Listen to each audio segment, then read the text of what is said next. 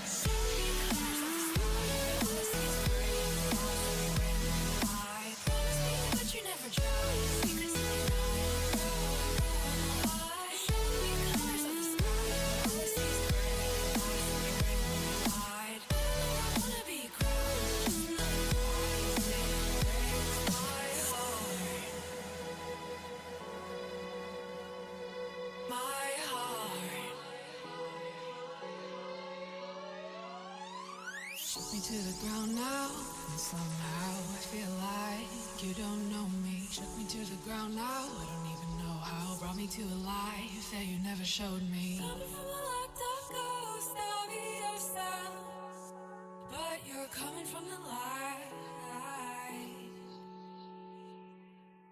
There's more to you than you ever thought there was. Yeah, you're coming from the light.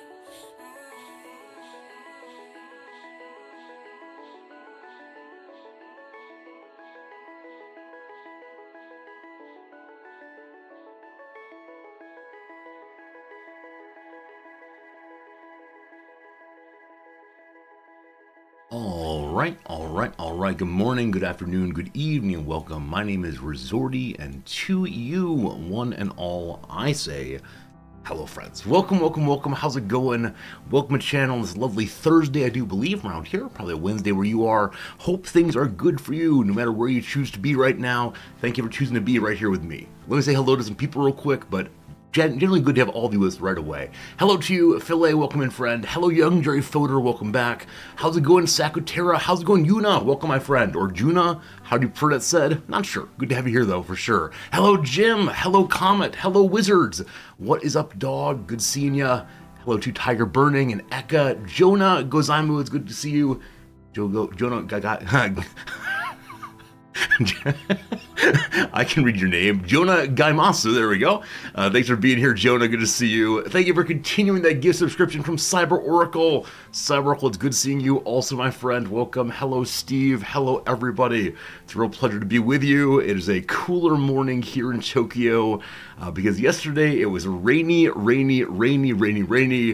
there'll be more about that in just a moment. For now, though, it is absolutely wonderful being here with you folks, and another exciting day ahead of Hearts of Iron 4.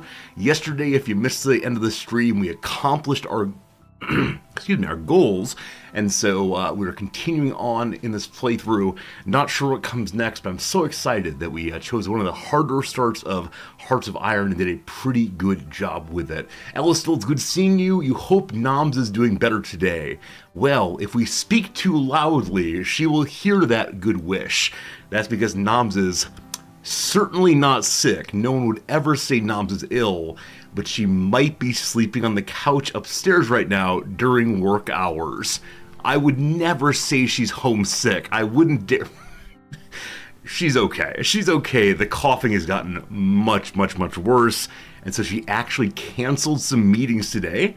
She actually is taking a couple Zoom meetings in the afternoon, but other than that, she is at home. She is trying to recover, and I'm very glad. I don't know what exactly changed over that she was willing to stay home, but yeah, it's a good thing, and we haven't raised the will you go visit the doctor topic recently, but she's healing up, and so that's good. She might stop by at some point, we'll see. Nom's not working. Wow, it's true. Somehow she convinced herself to stay home, and I'm so glad for that, because she didn't get to bed till after midnight last night, and I've been told that if you aren't feeling well, skipping sleep, great way to go. All the positive thoughts are working? Absolutely.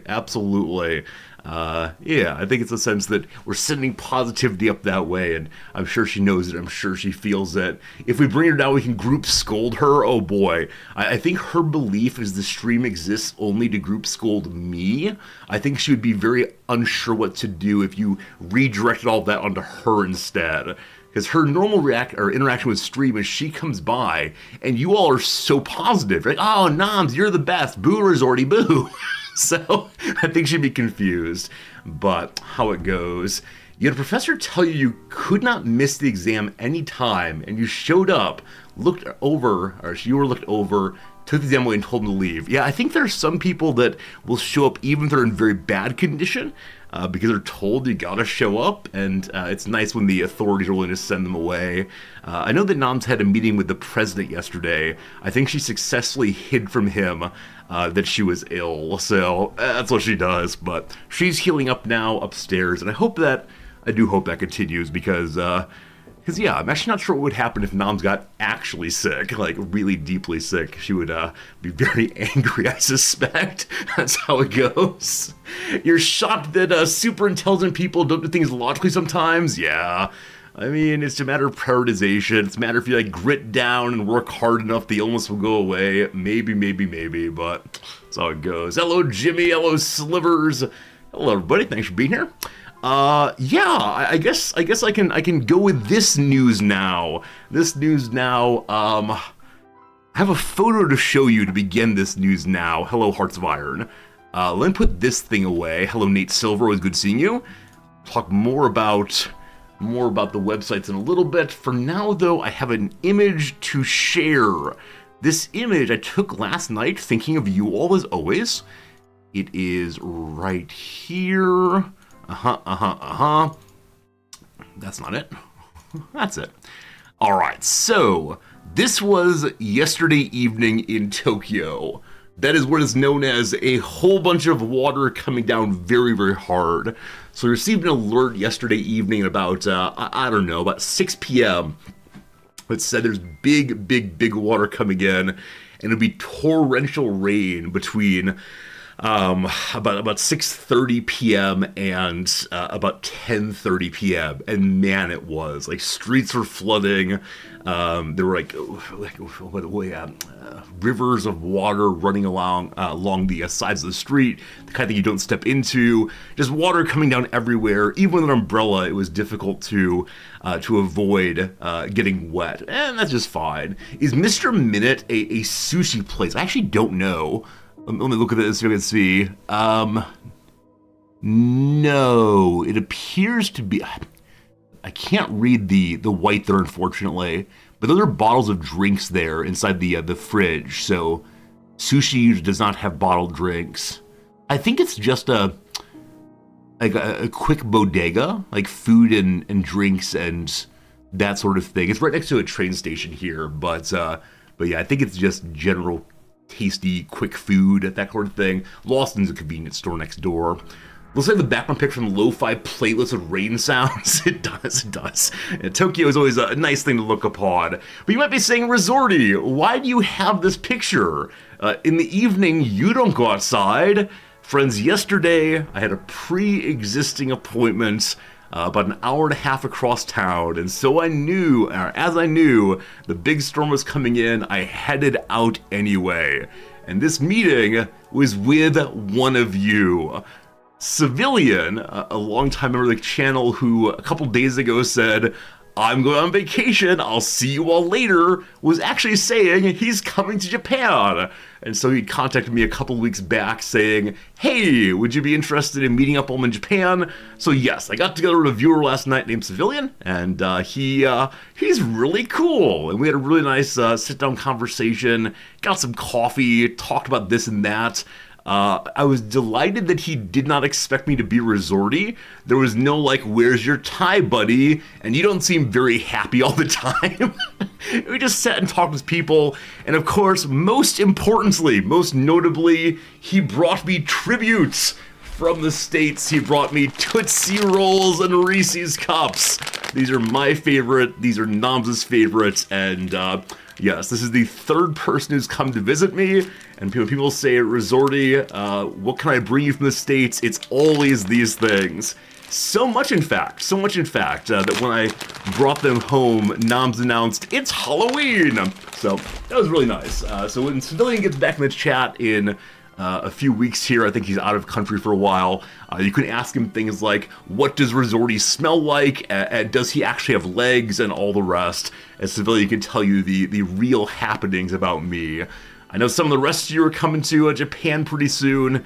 If you want to meet up and you've not been too weird in chat, we can talk about it. It was nice though. It's nice to make a connection with a person that I've had some experience with. Someone who's been in chat from time to time and chatted about this and that. And it's nice to make connections with you all in various ways, and also just to have an in-person friendship, because so many of my conversations and communities are mediated by typing, and that's good, that's fine, but it's nice to also talk with human faces from time to time. New goal, be too weird in chat unlocked. Don't worry, Phoenix. Check. Achievement achieved. Kids and Britches, good seeing you. How's it going? Kibbs enjoyed seeing the photo you put over on Discord yesterday, I think. A photo of you at Mount Rushmore. Such a cool vacation photo. I love when people share their pictures of things they're doing, so thank you for putting that there. It's very good seeing you for sure. And then yeah, other than that, not much happened last night. Like I said, spent a lot of time on the train yesterday getting across town to where civilians staying. He and his family are here for a week or so, and his son is so into trains. And so they're going to a bunch of different train museums and checking out the train lines throughout Tokyo. And man, if you're into trains, this is definitely the place to be, because Tokyo has so many trains. And then also people who are really into trains also. One of my colleagues has the Tokyo subway railroad line memorized, and he can talk his way through it. If you say, I want to go from here to there, you don't need Google, you just need this guy. He can go bit by bit. So Civilians Kid's gonna have a good time here. I showed him yesterday the kitty cat train. I've showed you all this previously as well, but the kitty cat train is one of my favorite things. It's a kitty cat. Someday you all need a new Fritz picture, but unfortunately, I don't know how to do a better one. Let's see here. It's the Lucky Cat train. Behold! One moment. Behold! I know I showed you all before, but no, stay on the fun picture. It's this one here. Yes, look at it go. It's a kitty cat. It's a train. As I mentioned previously, I don't quite know why this is, but here in Tokyo there's much less concern with removing all possible grass and weeds. So that area there, you know, with the rails, I suppose, has grass on it.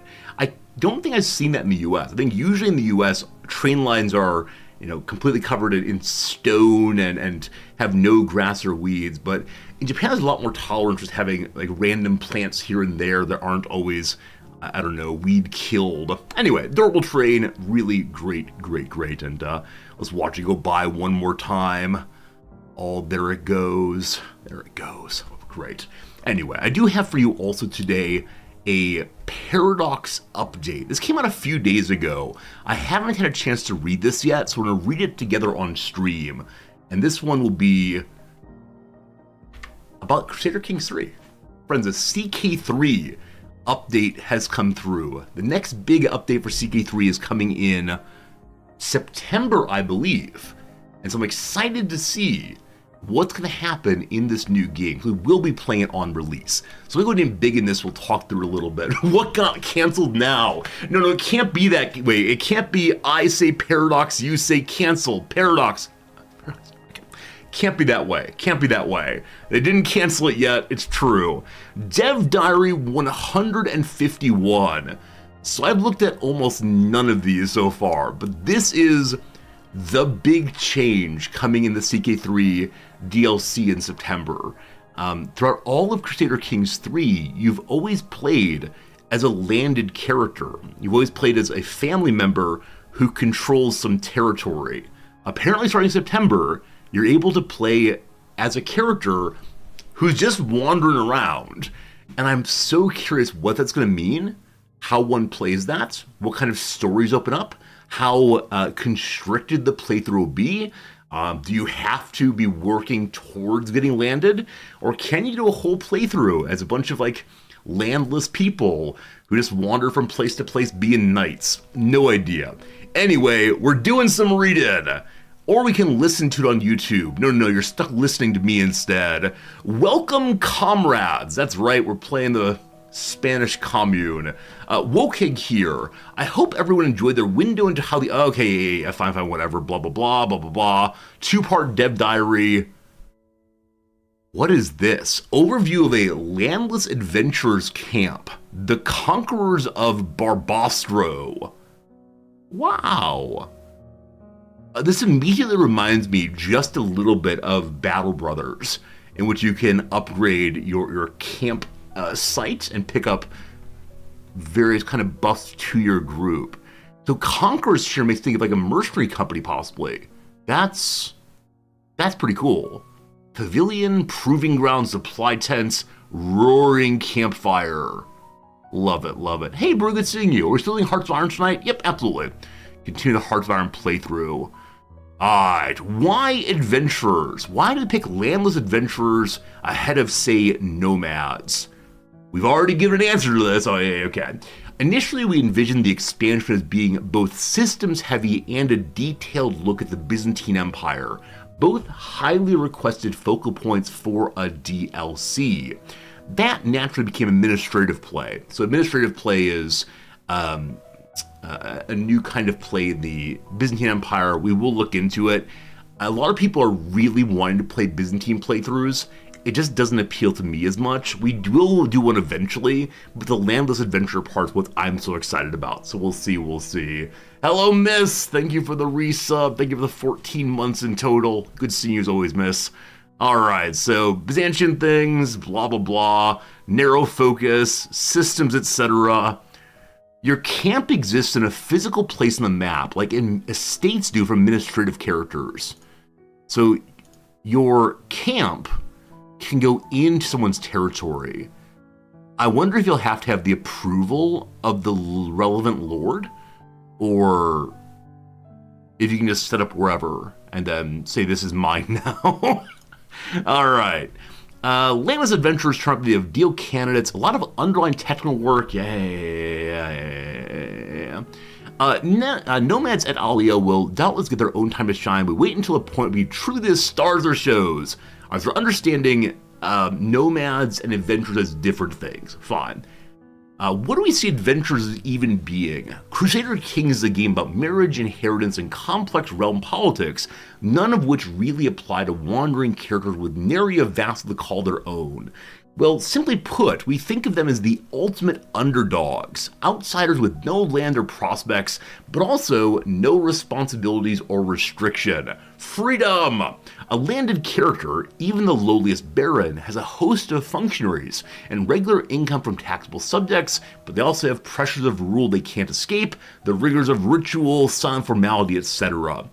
With roads to power, you'll be able to create a custom landless adventurer via the ruler designer at the start of the campaign. I wonder if there will be pre-made ones also. Not that I know enough about the adventurers of history, but I'm sure there are some characters or people that could be mined from history to say, oh, how about you play as this person and go crusading through wherever. Alright. Adventurers lack surety and benefits, but have no demands on time, able to amass power through hard work and skill rather than privilege and history. Friends, it's the meritocracy of the 1400s. We want to reveal a reflective philosophy with a playstyle focused on travel and roaming, encouraging you to experience the map in a different way by moving across and spectating it, occasionally stopping to influence this realm or that when you have to proverbially sing for your supper. So one thing I'm very much hoping is that the adventurers can be minor figures. So often in a wide variety of games, you play as some average child who ends up saving the world, right? You play as some random police officer who ends up saving the world, right? It's this individual character that's doing way too much. I hope it's possible in CK3 to have an interesting and fun playthrough of the individual that does not end up being a world reshaping. Just be a guy, that's good enough. CK3 rhythm minigame, absolutely. Gotta sing for your supper by beatboxing for a while. In a traveling adventure band, your followers are your resources, and you see them literally every day. So, an intimate experience of characters with memorable characters, I see. I'm not a fan of the chosen one trope. I think I am in limited doses. I think what I like so much about Kenshi is the sense that you really are an insignificant part of this world. You can become someone who is a little bit more significant, but not initially. I don't know. That's a good point, the Dogberry. It is a very common trope for sure. I'm very excited to see that the members of the band will be more memorable, because it is the case after the very first few years of a CK3 playthrough, I tend not to remember who my Corchers are, other than like, you are a giant. You are a person who has the syphilis, right? I don't think of them as being full people, but instead as like a bundle of traits and nothing else, frankly. So that's pretty cool if we have some close friends with substantial personalities. Hey, Grubzilla, good seeing ya. A core part of this, having followed, I guess, is servicing the fantasy of forming a strong mobile mercenary army. But we also didn't want players to be restricted to just this. For every Roger de Fleur, there's an Ibn Battuta, or a Marco Polo after all. So of these three, I know the one. So you can play as Marco Polo, or maybe a similar character just exploring. What do we see here that's different? Food. Food is a new resource, apparently. That makes sense. You can't just feed your people piety. Actual food. I wonder if food will end up being a landed character need also, if it'll only be used by wandering folks. You are an adventurer. So your domain just is your camp. Your camp can have a variety of purposes. Becoming wanderers, we are sword for hire, becoming scholars, explorers, freebooters, or legitimists. So I'm guessing legitimists are people who want to take others' thrones, which makes me believe that my earlier concern that adventurer play would be guided into becoming landed seems like it's only 1/6 of the possible playthroughs. I hope the other 5 are as equally interesting as becoming landed. That's fantastic. Now immediately I see become scholars, and I wonder if we can go to every university in the world. Like, will my cult, that's better, will my cult's purpose be to wander from place to place, learning the local knowledge, but more importantly, spreading the good news of Cthulhu? Fantastic. Alright, finally, we wanted being an adventurer to be viable as a short, mid, or long-term playstyle. They're answering the questions I have. Perhaps not one you'd pass an entire campaign in, but a short stint of landlessness before shooting your shot at reclaiming your lands or conquering new ones should be viable with a bit of effort, as should staying a wanderer for multiple generations at a time. I'm curious how raising a child on the road will go.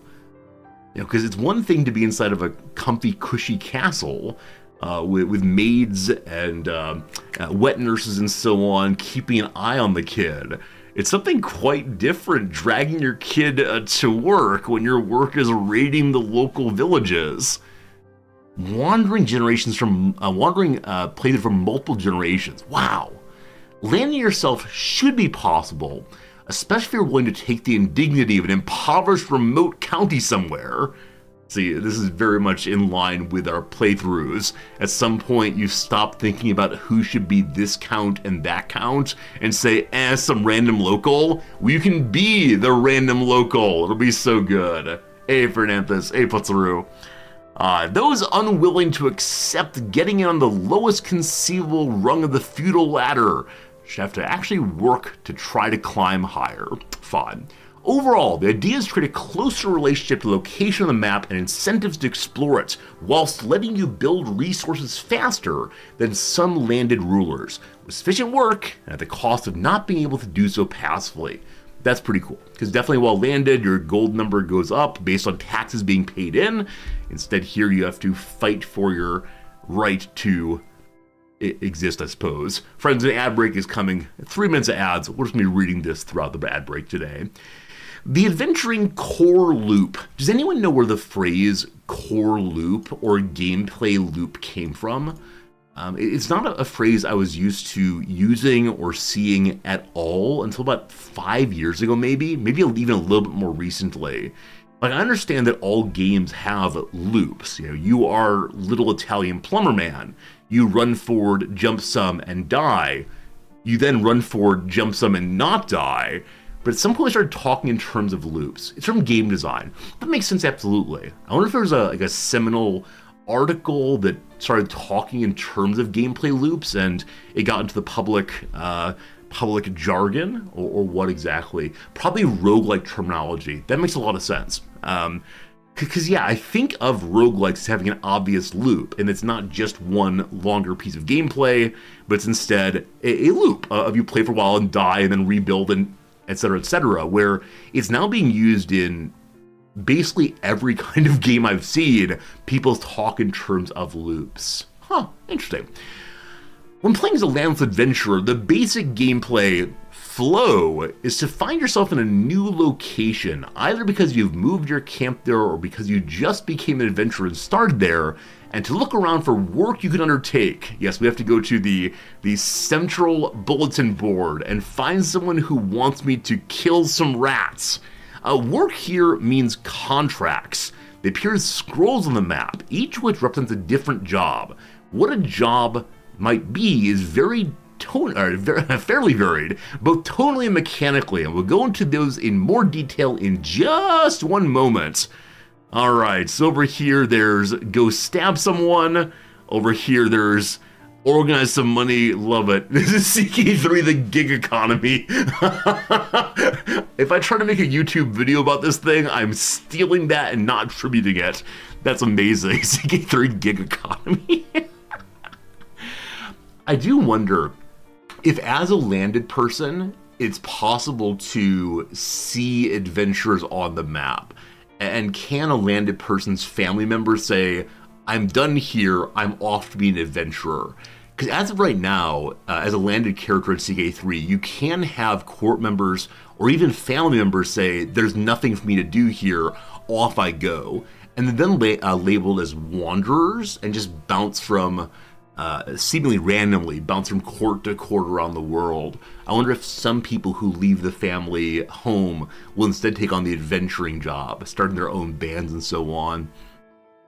Each contract is a minimum of a pass state and a fail state, with rewards and penalties for either outcome, though many have various alternate successes and failures, depending on whether you get an exceptional result or a below grade one.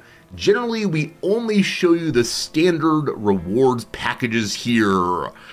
So I'm curious, will there be legendary quests? Will there be legendary quests to go kill a legendary beast? Will I play the game for more than 1,000 hours and never see this legendary quest for legendary beast? If you complete a contract to your employer's satisfaction, you'll receive resources like gold, prestige, maybe piety, and the new adventurer-specific provisions. These are the apples. As with administrative families, adventurers have a domicile. Unlike the grand estates of the administrative realm, our humble wanderers only have a camp to call their own. The gold they earn can be spent on building upgrades here, generally instituting new organizations or customs rather than permanent structures. Martially inclined adventurers may also spend it on building and maintaining large armies. Now, of course, I do wonder, if you're not playing a band that has a large army and just playing some delightful bards going from place to place singing, will your little bards be waylaid and have money demanded? Will martial adventurers come and destroy you? I really do wonder. So we upgrade this thing over time, starting with just a little yurt, and then more and more created. Prestige is needed to advance your fame, which both governs the tier of rulers who will offer you contracts. Kings and emperors won't hand them out to just anybody, and even dukes look askance at those without a modicum of fame. This is very much like Battle Brothers also, where you have to start with very low tier village contracts, and eventually get a high enough reputation to be able to go talk to the walled cities, unlocking more and more powerful versions of ways to become landed. So if you have enough prestige, you can go ask the Pope to give you land, baby. Provisions are spent to allow you to travel with your camp across the map. While you can move on low or even no provisions, you'll suffer increasingly dramatic consequences for doing so. I'm a little bit bummed about that. I was looking forward to the ending of at least one playthrough being, well, we have no food, now we just die. But I do wonder if there's attrition, if some characters might die. If you get the "you are a cannibal" debuff, I would do wonder. I also do wonder how the individual character will be represented in the adventure playthrough. If you're playing as this band that moves from place to place, will you still have a character on which you focus, right? Will you be able to say, this is Resorty of Resorty's Raiders. He has certain traits that affect the adventuring playthrough. I assume we'll see, though. When you exhaust contracts you wish to take in a particular area, you can most easily find new ones by moving your camp a significant distance away, or to New Diure Kingdom you haven't visited recently. Then you take new contracts, earn new rewards, and repeat the process as you move around the map. You gather new followers from different lands, try to balance your provision income versus expenditure, and decide which contract you think you're capable of taking and when. So, I see an immediate issue, which is how many quests will there be? As some of you know, whilst TK3 is absolutely wonderful when you're first starting out, you don't know much, the events do become repetitive before too long, to the point that some people just read the rewards and click through right away. I hope there's a wide variety of quests. And it's not just, go find my daughter, go fight the rats, hey, can you muck the stalls, over and over again across the entire world. I hope they have hundreds of quests, but we'll see. All right, this is us traveling along. Provisions cost of wandering about. For a landed person, one spends gold instead to go from place to place. Presumably the gold is used to buy provisions, but here you have to directly have the same. Looks like the adventurer characters get bonuses for visiting important territories in the exact same way that landed folks do. So you get a bonus to learning if you go to a large church, for instance. We do expect some players to want to be adventurers for as little time as possible, and others want to be them for centuries at a time.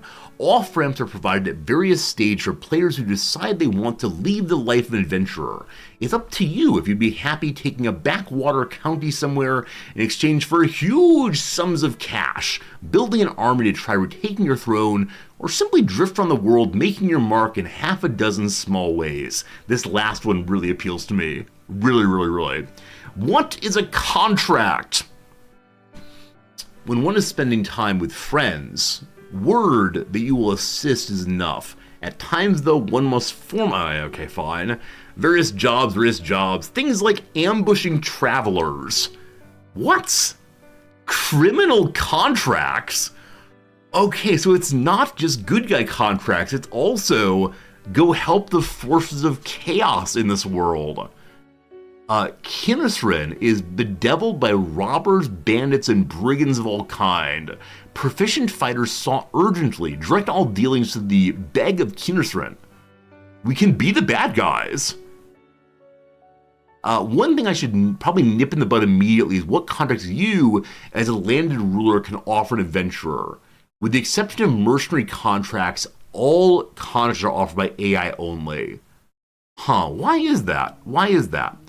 We approach them this way because they're the core gameplay loop for Lance adventurers, which means adventurers expect to do a lot of contracts. This means that variety is key in order to slow the rate at which individual contracts grow stale. If they're bilaterally playable, that substantially more than doubles the complexity of just about every conceivable contract. Ultimately, that means we'll be able to make far fewer of them. Okay, so if you have to have what it is to give the contract, lots of text. What it is to take the contract, lots of text. What it is to have success on both the giver side and the receiver side, failure states, extreme victory. I understand that. By just having them focused on the receiving side, they can probably double the same. We made tens of contracts.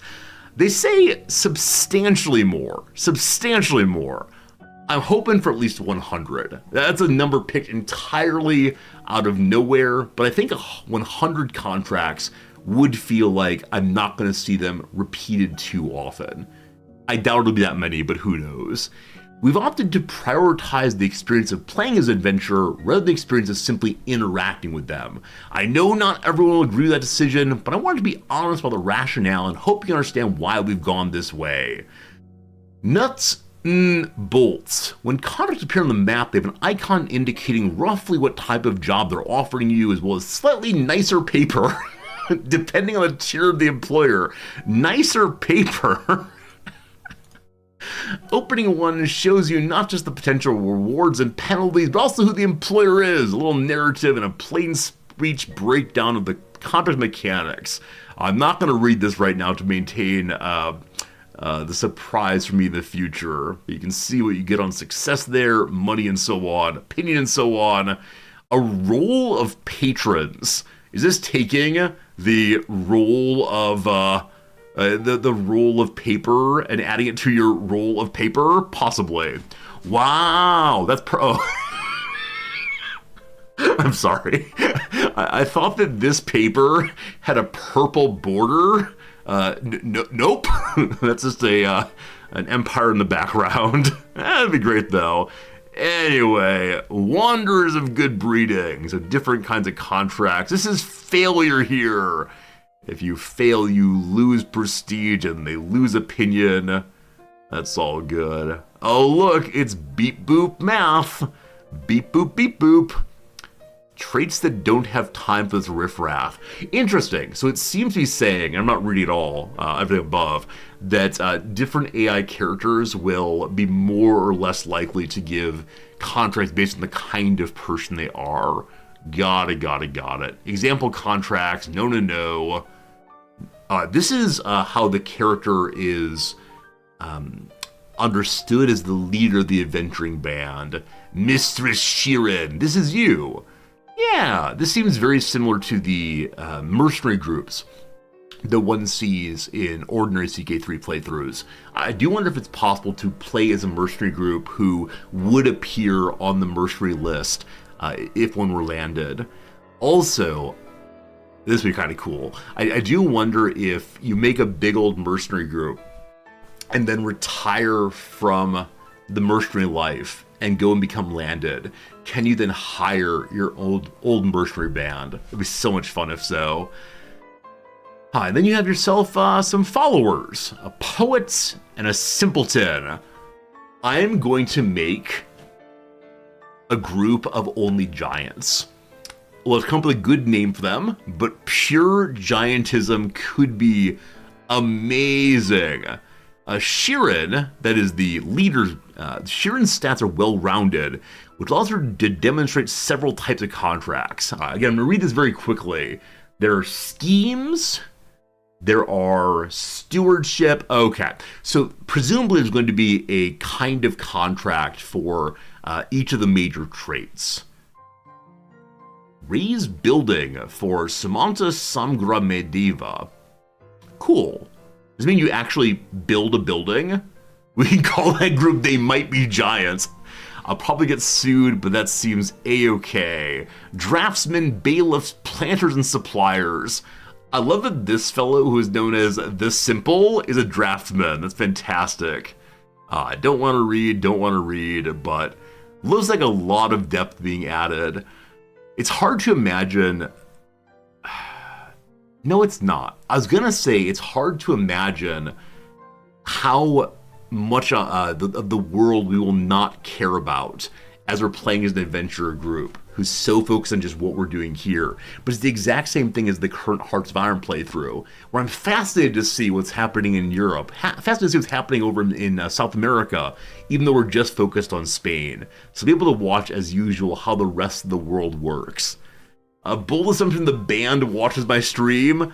I'm of the belief that everyone watches my stream, and that's why my copyright, no, of course not. Of course no one watches my stream.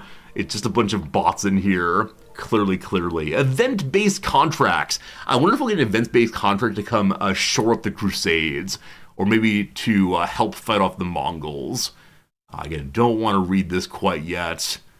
Yeah, what do you mean there are other Twitch streams they might watch? When you go to twitch.tv, it takes you to twitch.tv/Resorty. It's amazing. I don't want to read this. Traveling contracts. Wonder if we can help merchants get from place to place. At some level, I do wonder to what degree will I be trying to play this like Battle Brothers, which is a game I love so much. So it'd be cool to see exactly what comes of it. Wow. So the travel penalties that happen on normal landed travel appear to be happening here also. So this place is a very, very unhappy place.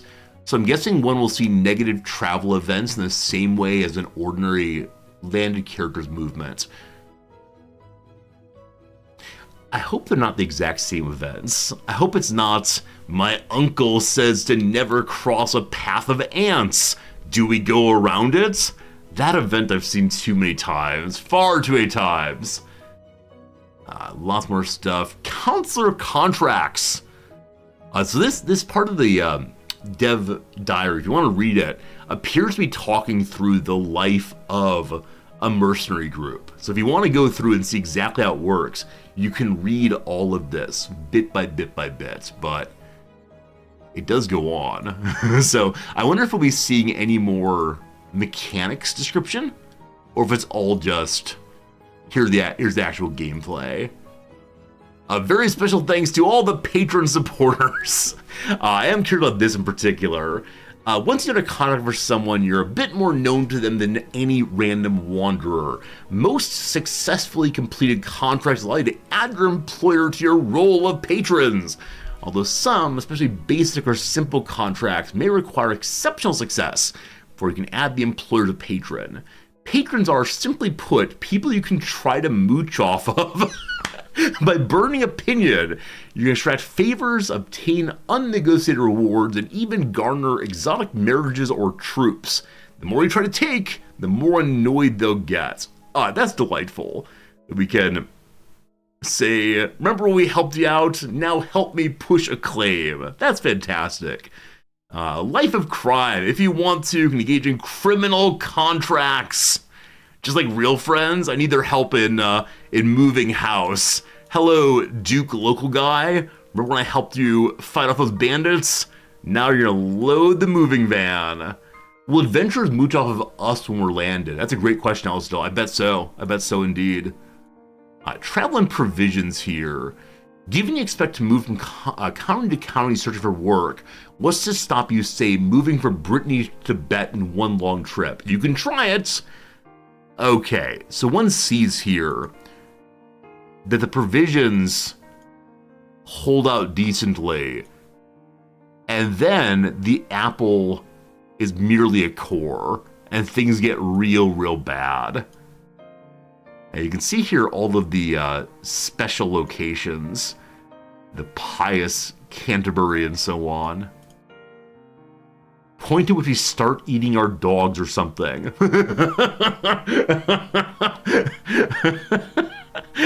I always knew a sense of humor of the Paradox writers.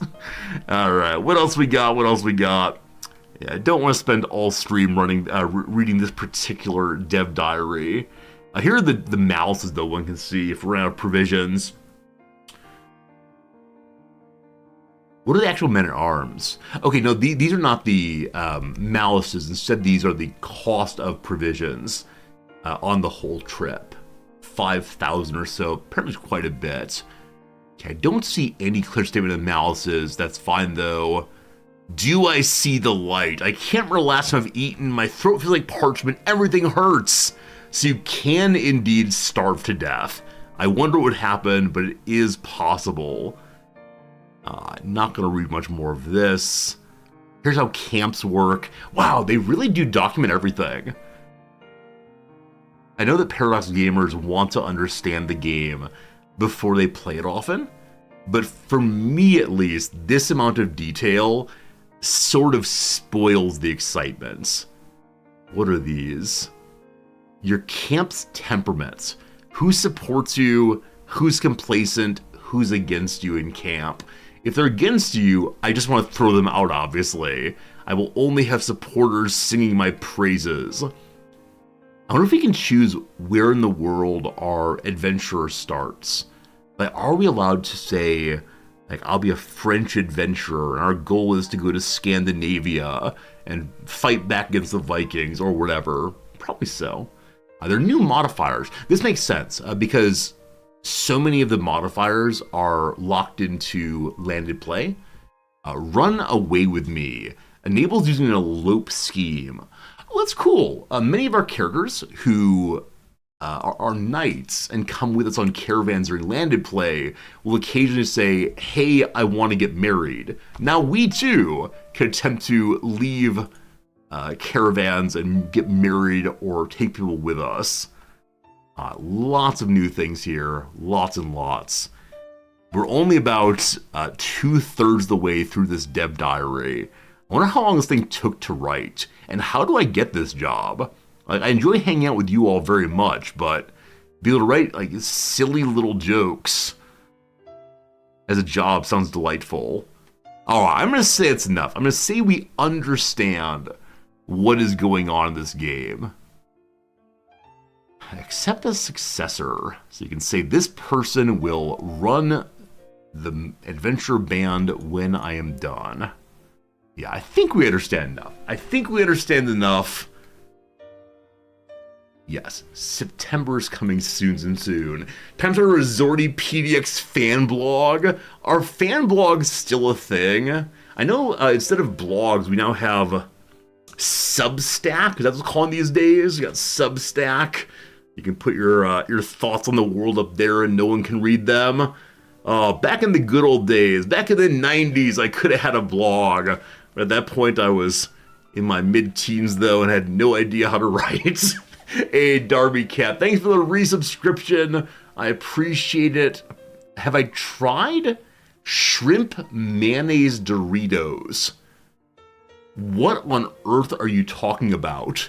Shrimp mayonnaise Doritos. They do have strange Doritos here in Japan.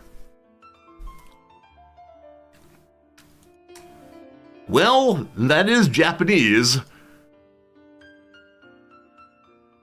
Shrimp and mayonnaise Doritos plus 14 other Japanese chips we want now. This apparently came out back in 2014. There's no image there. Let's see it. That's amazing. No, I've not seen these. That's I do usually skip that part of the store. I try very hard not to buy too much junk food. As I mentioned before, for me, the question of will I eat healthfully is based entirely on what I buy at the grocery store. If I can just get through it without buying chips, life is better for me. It's called Gourmet Doritos. Gourmet Doritos. Wow.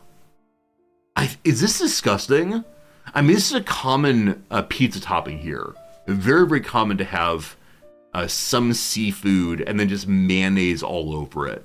The amount of mayonnaise on pizza here is very, very strange to me as an American. Also corn, just like corn niblets dumped onto pizza.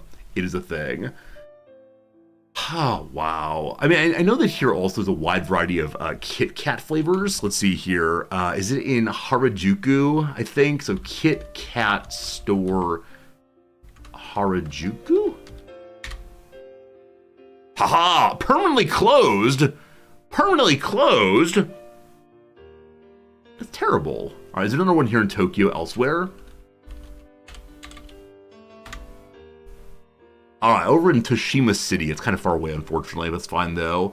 A guide to shopping for unusual Kit Kats. Oh, boy. Green tea flavored Kit Kats. What else we got? Oh, this is saying where to buy them, opposed to the wide variety they have. Let's see here. Japanese Kit Kat flavors, absolutely. The complete list of Kit Kat flavors. Yep. In the US, you just get chocolate, I think. Maybe some other ones occasionally. But look, there are 15 different kinds. Sakura, that's cherry blossom flavored. Crazy. Oh! Kit Kat, or Kitokato. So like Kitokatsu, the Japanese phrase for "you'll certainly win." I wonder if the people who made Kit Kat knew their name had such connotations in Japanese when they showed up. I mean, the old joke, and I don't know if it's true, my father told me regularly, is what some car in the U.S. called the Nova. When it went to Mexico, Nova means doesn't go. I think it's misconjugated, but I don't know if this is true at all. But Kit Kat sounds like a phrase you'll certainly win. What are some other flavors here? Yeah, I don't understand this. I've had them and they do not taste good. It's whole wheat. It's like crackers. Cracker flavored Kit Kat. Why would anyone want that? It's not tasty. It's very, very common though, absolutely. The little chocolate ones, there's some matcha, hot chocolate, or hot tea rather, hotcha. Hot tea. Whole wheat, no thanks. Oh, Kit Kat for adults. Oh, wow. I love the strawberry ones. Fake strawberry flavor is my favorite of the fake flavors. It's a fake strawberry and then purple.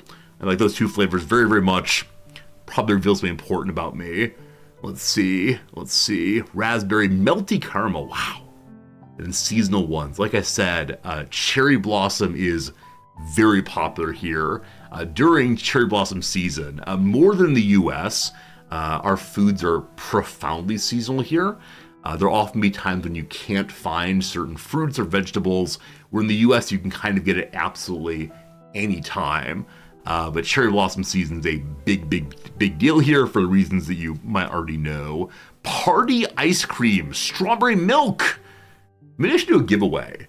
Maybe I should do a giveaway of collecting all of the different kinds of Kit Kats I find, putting them in a big box and shipping it anywhere in the world.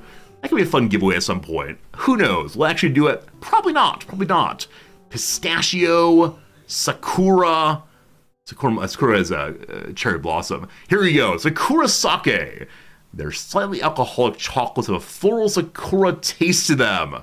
Eating Sakura sake Kit Kats, we're going to celebrate the coming of spring. Are there alcoholic candies in the US? I don't know of them. I think because when I think candy, I think youngsters. When I think of alcohol, I think oldsters. There are such things. I just don't know about it all. Not even a little bit. All right. Kinako. That's a weird, roasted soybean powder. It tastes vaguely like peanut butter, roasted soybean powder. So people who want peanut butter here but can't find it will take Kinako and put oil into it. Just take orders and send to everyone who wants it? Probably not. Hello, gamer. Good seeing you, my friend. Hello to you today. Who else said hello? Ravan, welcome in. All you fine people, thanks for being here.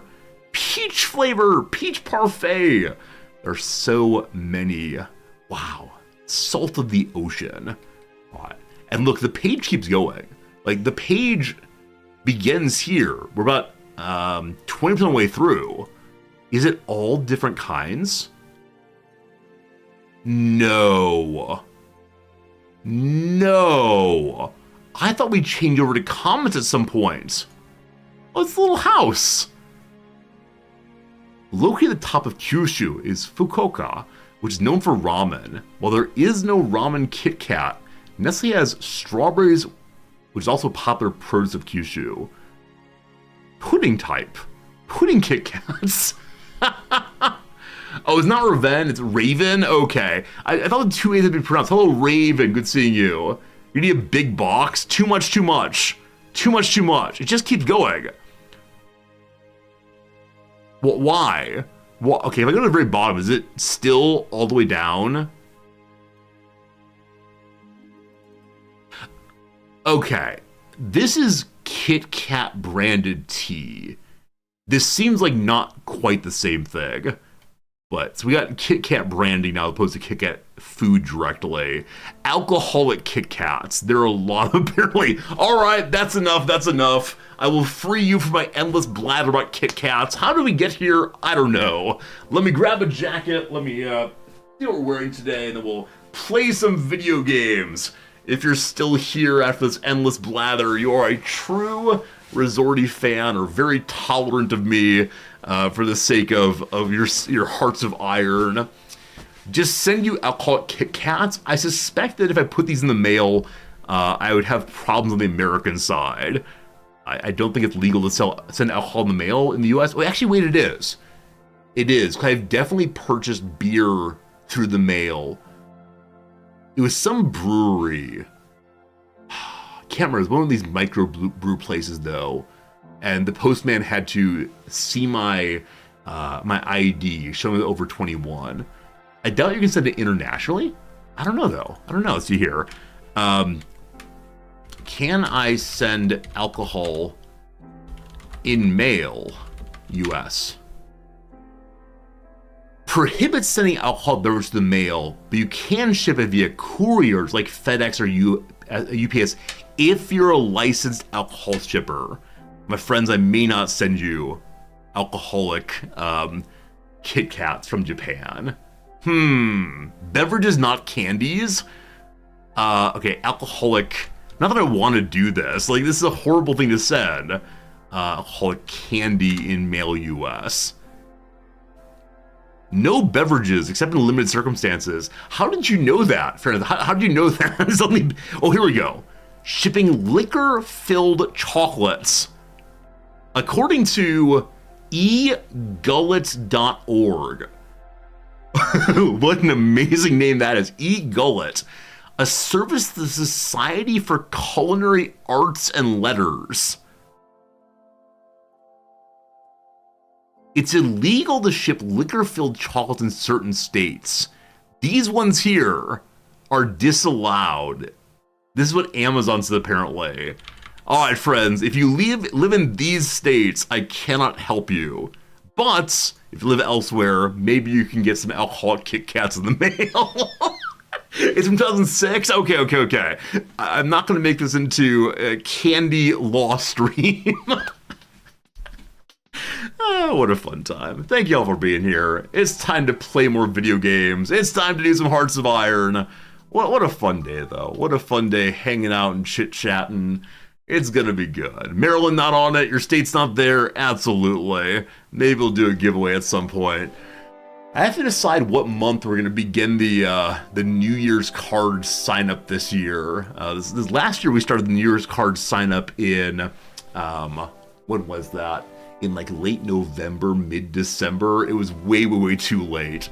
And so this year we'll start a little earlier so we can get more people on the New Year's card list. I'm wondering if we're to get more people on the New Year's card list than last year. Maybe I'll find a way to include a Kit Kat bar in every New Year's card and raise the price far too much.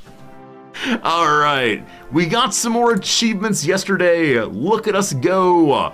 All right, where are my special awards here? So, as a military planner, I actually got a planning bonus. If a division reached a certain planning percentage bonus.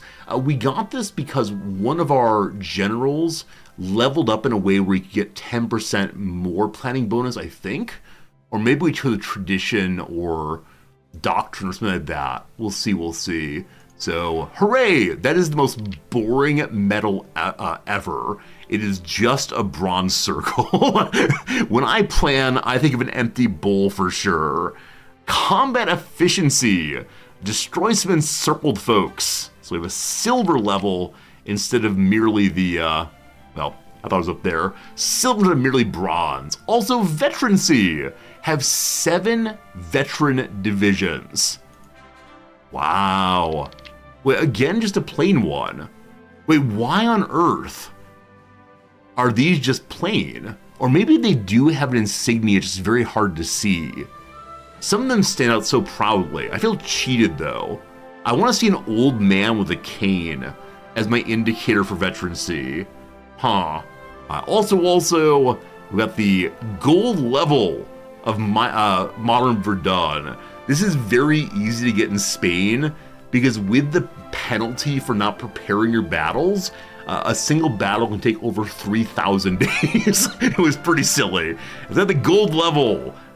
Beautiful. We now have a golden shield, good defense, and a golden Verdun, because we had a 302 plus day battle. That's insane. I am inevitable. Gain 1 province every week for 8 weeks. Again, just cross swords. Do we get any more of the special bars? Looking like no. One of these days, maybe. I do have any other gold ones I'm not using currently. Nope, all the gold's being used.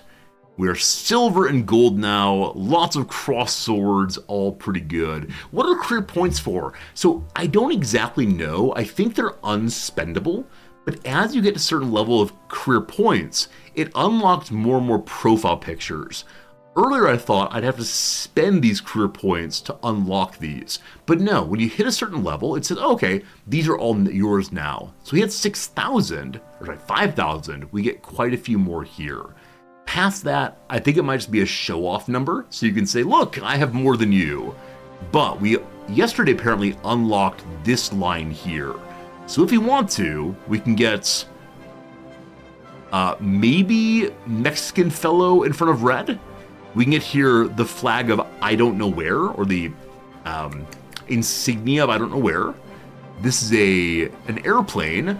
Today we are interested in potentially having the Spanish Air Force being created. Hey, Colored Insignia. Over here, some like Orthodox cross thing. We got trucks delivering goods. We have DAF, somebody's Air Force, I'm guessing. Some crossed blades. Are these called KI something? A certain kind of knife that I think is popular in Australia, God lover, maybe. This is Portugal. Fuzzy Squirt, thank you. Portugal, lovely. And lastly, a red star. A kukri. Kukri. I was partially right. The K right. Kukri. And lastly, the red star rising over a mountain. I think we're changing our insignia. We chose the we are demanding a seat at the table because up until the end of stream yesterday, we were playing a we demand to be in charge of Spain. And yesterday we won the Spanish Civil War. So today we're not demanding, we have succeeded. The red star over... Are there mountains in Spain? I know there are. Anyone know offhand one of the major mountain ranges of Spain? They'd be very useful to know. The red star rises over, insert name of range here. Also, we've unlocked some more backgrounds. These are also unlocked as one gets more and more career points. So we currently have the red and yellow one, which I'm guessing means something. This one has a fun little curly Q on it. I like that. Oh, the Pyrenees are in Spain. Of course they are.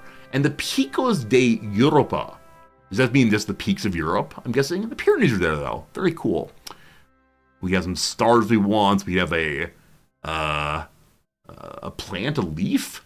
I'm guessing that many of these mean something to some people. I'm staying here just collect red, though. All right, our career profile done. May we see achievements as well? So we got a couple yesterday. This game is one of the older Paradox games that people are still playing. Some of them do not show achievements inside of the game because they're bolted on later, possibly. Your career points are 12,700. Whoa, whoa, whoa! Showing off a little bit. In this channel, 4,600 is the highest career points anyone has, or else. I haven't made a goal in this playthrough. Our goal was just to survive as the Spanish commune. Yesterday at the end of stream, I asked people if they'd prefer to see more of this playthrough, or instead to go on with a brand new USA historical playthrough. And 98% of people said they wanted to see what happens in this playthrough now that we're not at war. We can finally choose a focus where we're able to begin repairing the nation. And I think for 700 days, we have the possibility of building much, much faster. So we managed to survive coming out of the Northeast with, I think, 2 factories. We now have 33. There is a national focus that we can choose that requires us to have... There's a folk to choose that requires us to have, I believe, 50... Nope. Where is that? There's a focus we can choose that requires us to have 50 factories. It's somewhere in here. We can nationalize the industry. We already did that one. Beacon of socialism. Here we go. We can be a beacon of socialism if we have 50 factories. My goal is to get that today. We already chose arms production during the war. Currently, though, we're working on getting collective recovery, which gives more infrastructure and, faster factory repair. That's very boring. I thought it was faster construction instead. Repair the dockyards, get a larger navy, and the People's Fleet. So these choices are encouraging me to have not an air force, but instead of mighty, mighty fleet. The return of the Spanish Armada. We could do that sooner or later. We'll see. Down here, eventually, we're going against Trotskyism and Stalinism. Gain a puppet focus, war goal against Stalinist or Trotskyist Soviet Union or Mexico. If we want to, we can go against the USSR. Is that a good idea? We'll see. Or, these are not exclusive. We can do all of these things and become a true force for good guy leftism. We'll see. Hit People Guy, thank you for the resubscription. With one of the best sub messages ever. The message is, daggers talk, money howls. If you somehow managed to miss Star Trek Infinite, this was the Klingons' aggressive voice line, and the Klingons sounded like some guy who would work in human resources, as opposed to an actual Klingon. It was crazy, crazy, crazy. I don't know. It was a very strange period, my friends. Anyway, we're recovering from the Civil War. It's a little early or a little late in history. After we accomplished this yesterday, I went and looked up the correct way, like the best way to win a Spanish commune. And it was saying things like, by 1937, make sure you've defeated the nationalists. It was kind of ridiculous. But we do need to militarize the border here, or Germany might come to visit. We'll see. So as of right now, as we are, anarchists of a sort, or at least leftists, the majority of the world around us does not want to spend time with us. I don't know if we're going to try to join the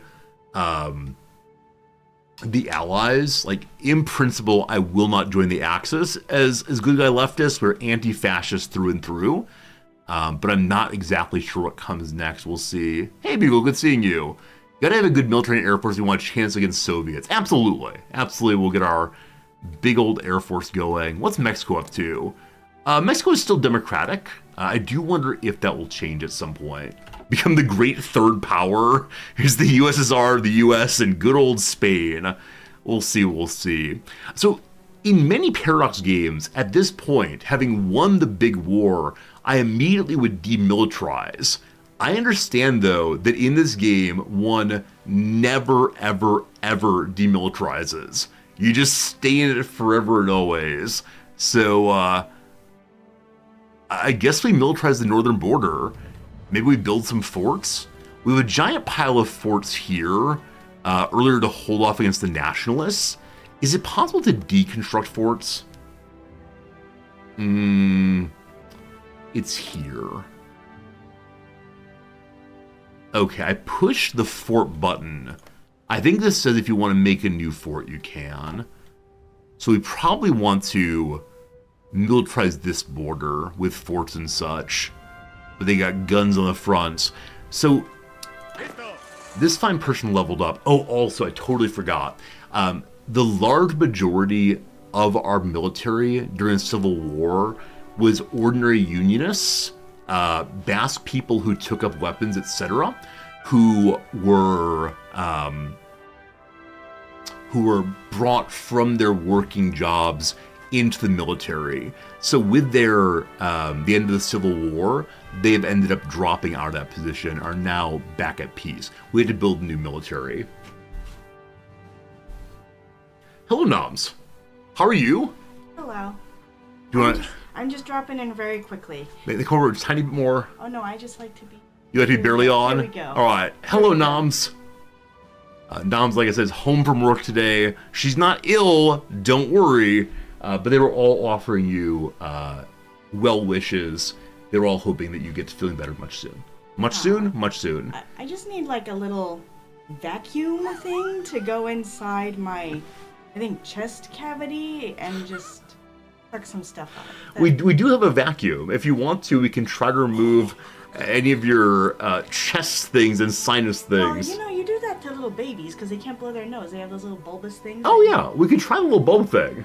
I don't think that's gonna work. We can try the little bulb thing and see if we hit treasure. Have a very long, put a very long straw in it and put it down my nose. No. This topic is done. But no, it's really good seeing you. Thank you. I'm here to grab my battery charger and my iPad. Oh, you have a meeting in about 10 minutes. Yeah, I'm interviewing somebody. In about Interviews. 2 interviews in a row. Woo. So based on the candidate materials you've seen, are you going into these interviews believing these are your people? Yeah. Okay, that's great. That's great. Yeah. I mean, I know occasionally one goes into an interview saying like, I think this person's not all that great. We'll see though. But these are feeling confident. Why would I want to waste my time that way? Waste their time that way. Obviously, one never interviews anyone who's not hiring immediately. That's good of you. Now, have a good day. We're excited about this individual. Excited, awesome. Salamanca. I know people who studied abroad there. Okay, yes. Bye-bye. Goodbye, Noms. It's nice having her at home so we can stop it occasionally. While we're on our removed forts, I think it looks ugly. Like, these forts feel to me like they're defending against the middle of our territory instead of against the sea. But maybe I should just leave them there anyway. Like, I'm sure that they work just fine as they are, but I want to move them one forward step. I guess we can go ahead and just throw more as a forward line. All right, for now, though, it's time for combining some armies. So, of my generals, who is highest level? Carmel Rosa Becerba. Do we... Never mind. The name La Rosa strikes me as being potentially feminine. If we're playing as, like, good guy leftist anarchist folks, we should believe in gender equality. So do we have women as generals, is the question. Look at all of these traits you have. Holy cow. Okay, you definitely get to be the northernmost force. Unfortunately, my Field Marshal's only a level 5. I'd feel a little awkward moving this person into Field Marshal, because Lister's been our Field Marshal since the beginning of the game. But wow, generals have so many awards for their fine work. Alright, we're going to combine some armies now, and we can keep the generals around long term.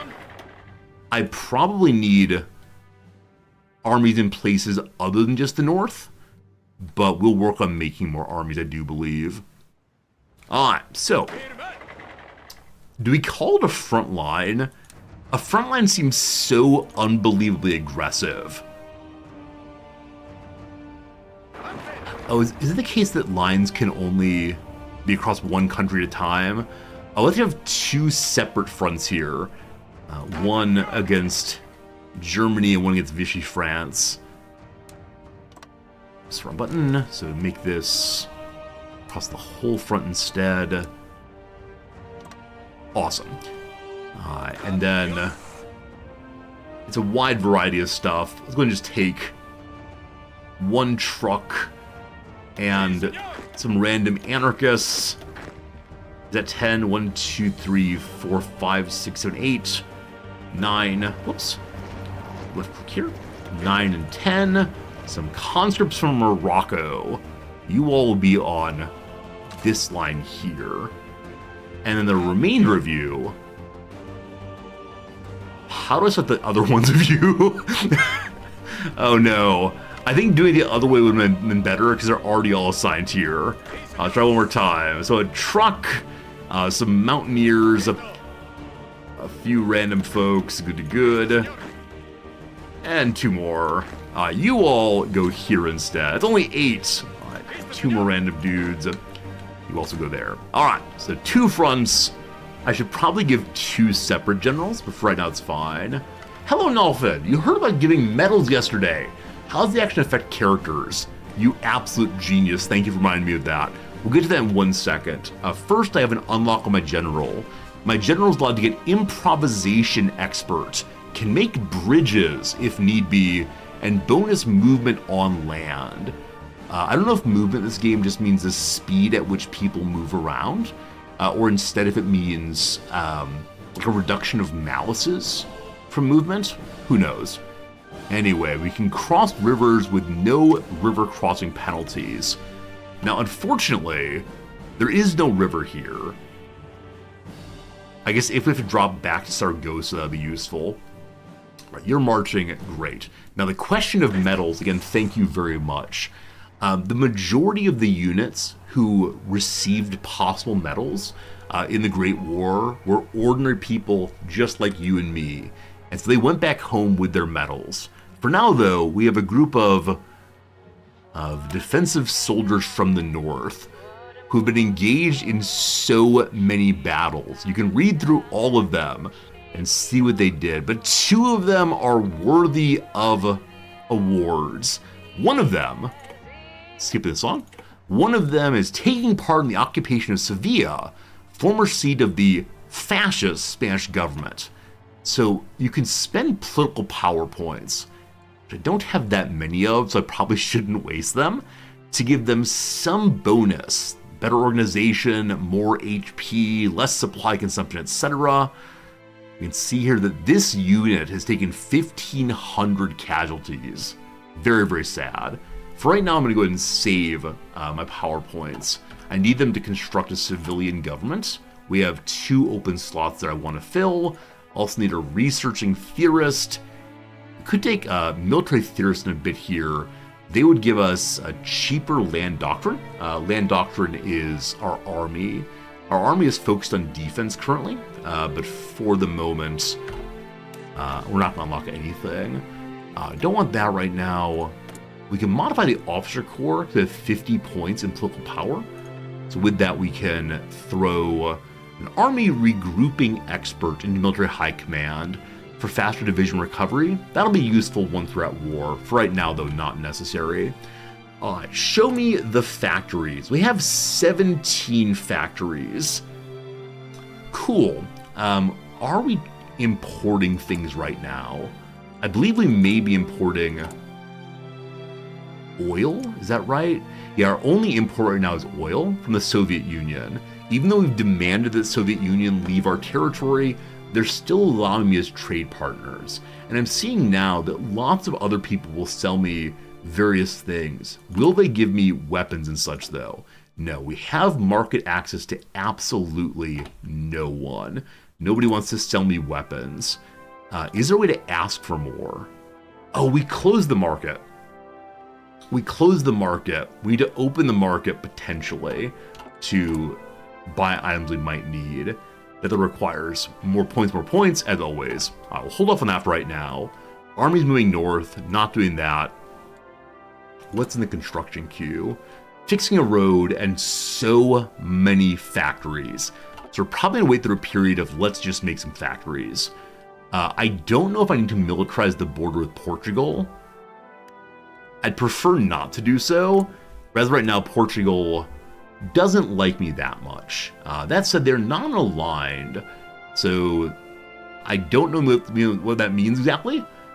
Could we convince them to become anarchists like us? Probably only by the blade, unfortunately. How fast is construction going? Our next beautiful factory will be done in a month or so. That's great. They will not become anarchists. All right, unfortunately, too bad. Did we get the Spanish flagship back? We did. The ARE España Let's say it's a brand new ship. So I don't know if it wasn't used in the Great War or if they reset its bonuses once you re-seize it from the Nationalists.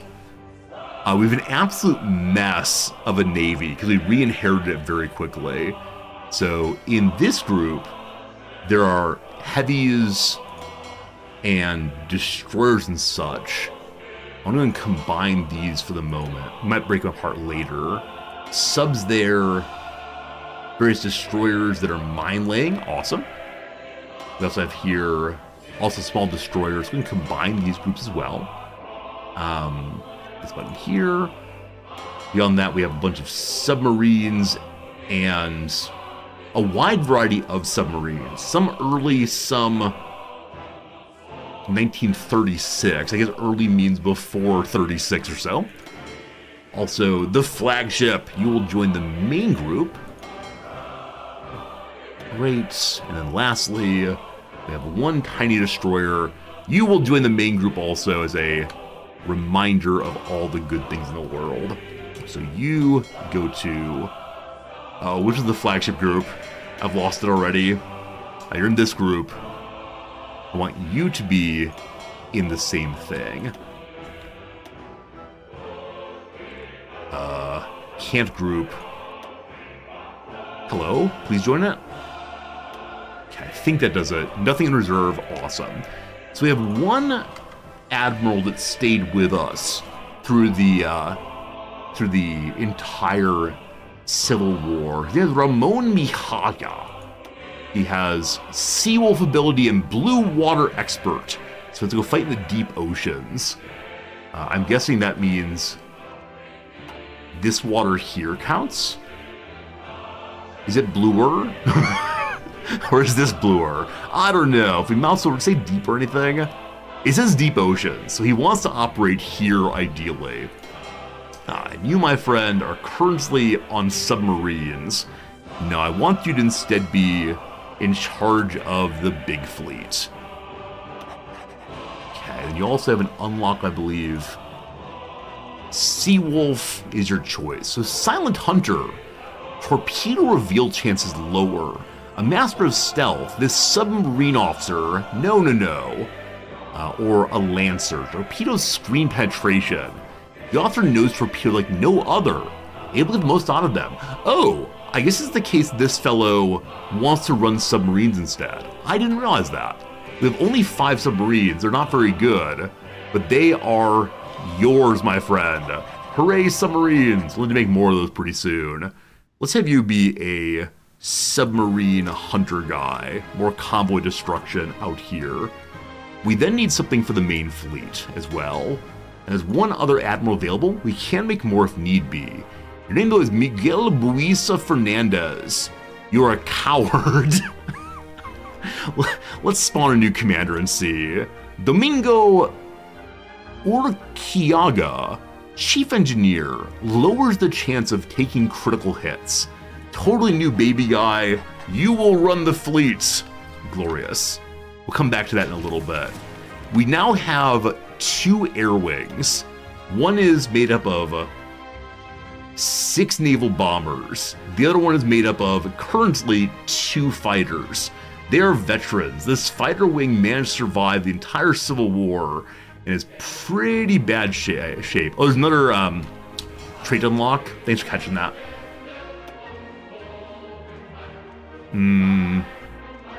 Oh, here we go. Torpedo Expert, better hit chance, or Loading Drill Master, faster cooldown on torpedoes. Let's make sure we hit our torpedoes for now.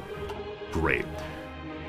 We need airplanes. We have no Air Force at all, except for like some, like I said, 2 fighters are remaining. We're not really making boats. Oh, we are actually. We had some focus that helped us take the naval bases and dockyards back. So we do have 3 dockyards. I thought we had more than that. Never mind. The dockyards are currently making some 1936 cruisers and destroyers, etc. Now that I'm a real boy with a normal economy, we need to be making convoys constantly, and we're not doing that. So we're going to add 1 convoy forever here, and we're going to move to the top of the list. And that way it should get, nope, turn you off for now. I should get rid of this one. Oh, it's almost finished though. Feel bad turning them off, but let them finish for now. Once we've made a new dockyard, it'll work on the convoy straight away. Friends, it is the case. Another hour's gone by. We've been playing the game now for, I don't know, 30 minutes or so. Gets another hour or so after the ad break. Thanks for being here. Thanks for hanging out. It's 10 a.m. It's still nice and early. We got like 4 hours of stream to go. Maybe a little bit less today because my wife's home. We'll see, we'll see. For now, though, let's do some quick crossword. We finished yesterday's puzzle. We do have some old Mondays still. Let's see if we can get the Wednesday puzzle done pretty quickly, I hope. So, thanks for being here. Thanks for hanging out. It means the world that you choose this Twitch channel among them all. Hope you're having a good, relaxing evening or morning or whatever. Let's do the downs first. They look a little easier. Muscles targeted in a plank. Your abs, clearly. A side-walking crustacean, the crab. Currency units for nickels and dimes. Currency units. The fives? The tens? Dollars? Oh, they're cents. Hey, Krusty, hello, my friend. I think you just got hit with an ad, unfortunately. I feel very bad about that. Someone comes in and says hello as an ad launches. Absolutely worst thing. Let me try to be a good guy streamer here. Text. Hi, Krusty. Sorry for ads. I misspelled your name, Crusty. That's your rapper name. All right, very good. Welcome to the channel. Oh, it's very hard to read.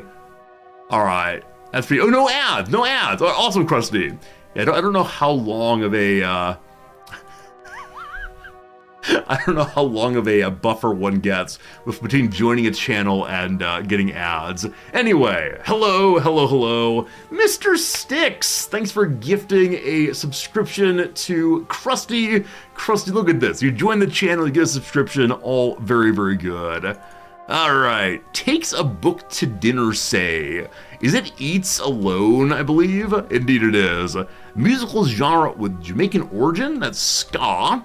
Fired. So you can fire a weapon, you can fire a person from a job, I'm not sure. So gains entry to is the excesses, that's not how you type that. Common type of antidepressant, my favorite and yours, the SSRI. Good luck with your performance, break a leg, a very strange idiom. Better late blank never, better late than never. Present day VIP, present here? Not referring to temporality, but instead to gifts. It's Santa Claus! A part of an improvised jazz solo, perhaps. I believe that jazz solos often have riffs, but STR is pretty bad on the down. Actually, it's right. Play a banjo maybe is to strum, so riff is right here. Fawningly curries favor with. Something up to. Sucks up to is the unfriendly way of saying it. So kisses up to instead. Good. Keeps for later, just saves, of course. Point a super soaker at one sibling, for example. That's an act of war. You soak someone, you shoot water at them, you play a game, not sure. Look high and low is to search, and so you're aiming at your sibling. Hat slangily, it's a lid surely. Krusty, you study history, political science. If you lived in Japan, I may have been your teacher. If only. Next time you reset your life and start from the beginning, choose Japan and we'd meet. Online shopping icon, one's cart. Meat in a Cuban sandwich. It's often ham, I believe. That's not how we type ham. What is the down on 10 though? Trim and tidy in a nautical idiom. Ship shape surely. Climbing plants of vine. Casual restaurants are cafes, I believe. The A of a BA degree is arts. Again is, again. Once more. anew. Last one for now. Teens room stereotypically. It's a mess. Very good, very good. Ad break done. Crawford paused. Get back to it in an hour or so. I'm on a roll tonight, Riz. Thank you for that. Wednesday puzzles, not half hard. Okay, we return to figuring out what on earth we're gonna do. We're just building construction for a while. We're recovering from the Civil War, so our factories are in pretty bad shape. They will improve gradually, though. People are still supportive of war. We have big old manpower. I know compared to the Soviets and the Americans, 250,000 is nothing. But for us, we had only about 6,000, only about 6,000 manpower left in the middle of the war. That's pretty terrible for sure. I can try to ask for market access with somebody. Hello. All right, closed economy. I keep bringing a closed economy. I just need to hold off until we have 125, I think. 150 to open the economy if we want to. I'm a big manpower, I can take it. That's a fantastic Mimi joke. Thank you very much indeed, Jim. Big manpower, I can take it. All right, 61, let's go. Short on rubber. We can begin making oil industry locally. We haven't done that previously. I just need the construction factories to finish. That'd be so great. We're currently on war economy, I believe. Yeah, so military factories go up faster. We have no special bonus made civilian factories. I probably should have gone. What helps with making construction factories faster? I think maybe nothing does. Yeah, so we're kind of an awkward moment now where the economy wants to build military factories, but for right now, actually wants to convert them as well as construct them. Maybe soon. Hey, Sordin, the banner I'm using with a naval sleeve for Lieutenant Junior grade. That's pretty cool, thank you. Can I see that in game here? Can I see my profile? Or is that only a main menu thing, I believe, unfortunately? We'll look next time, though. Thank you, Sordin, for helping me understand what my presentation is in game. As a brand new player of this game, there's so much I do not know. It'd probably be good to have a defensive force around the nation, keeping an eye on all the ports. Is it possible we've over-militarized the North? Also, are we training people? We're training more of this group in particular. It is my here's artillery, here's troopers, here's engineers group. I think this is probably better for assaulting than for defending ports, but I don't know. Also, what are we making quite a bit of? So we're not making any anti-air or anti-tank right now. I have a couple of units I've tried to put anti-tank into. I just need more military factories. We're getting a good stockpile of infantry equipment again. For a while there during the war, we were negative 5,000. So that's pretty amazing. I'm making 2 trucks at a time, which makes me think I could potentially reorganize production to take 1 truck producer off. Yeah, we have 3 right now. I hate to destroy the truck line here, but that's okay. And so now, Bulgaria has joined the Axis. Who would have imagined it? Earlier today, the German Reich and Bulgaria issued a joint statement that the latter has now been formally granted member status of the Axis. Whether the partnership will be used for offensive or defensive purposes remains to be seen, but undoubtedly extensive joint military planning is already underway. Interestingly, there's actually an achievement to get for Spain, which I saw yesterday, to take Paris as Spain before the Germans do. I assume you have to resolve the Civil War very, very quickly to get marching into France. The achievements in this game seem somewhat more difficult than those in CK3.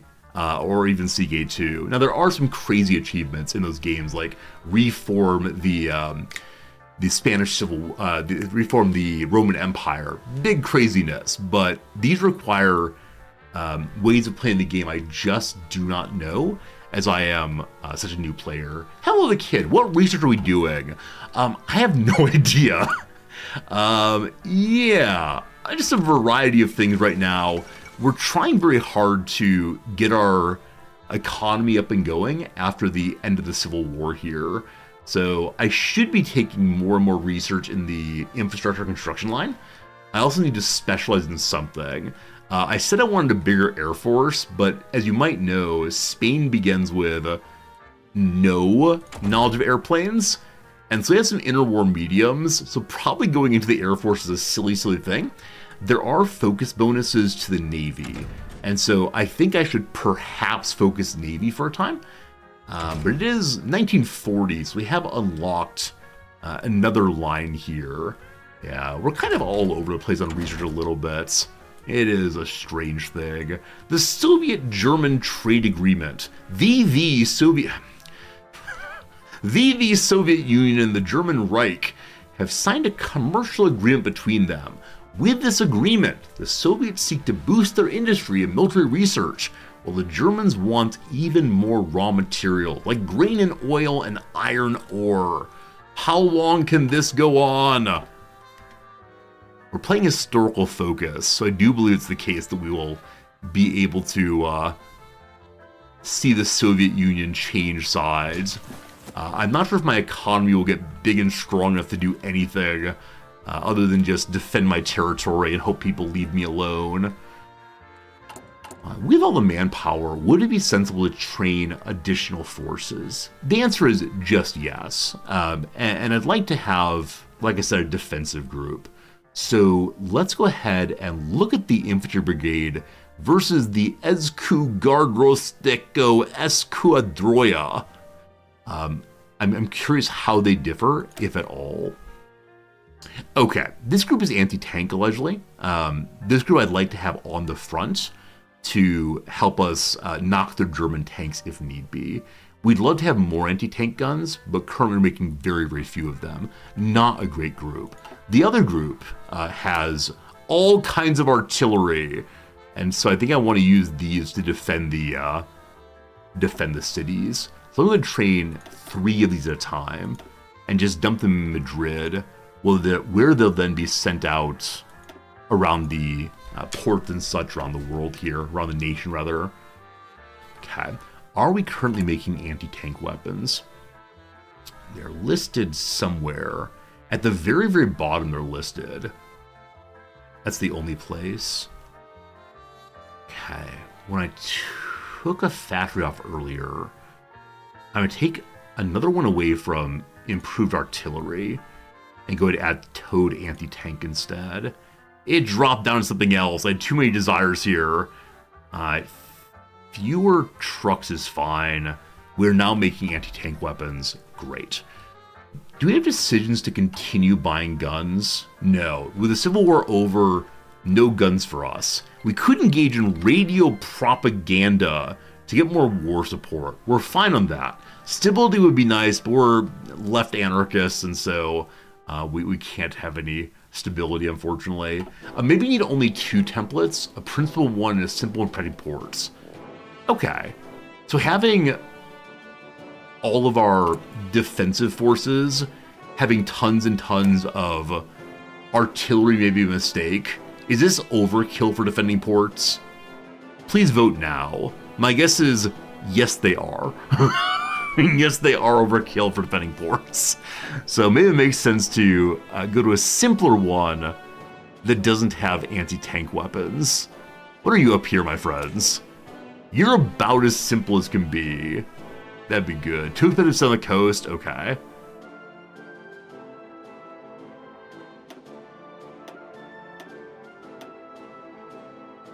Okay. This is fine, I suppose. This is fine. I guess anti-air would be useful also to stop any naval invasions with planes and such. Okay, you are going to be ye old port defense.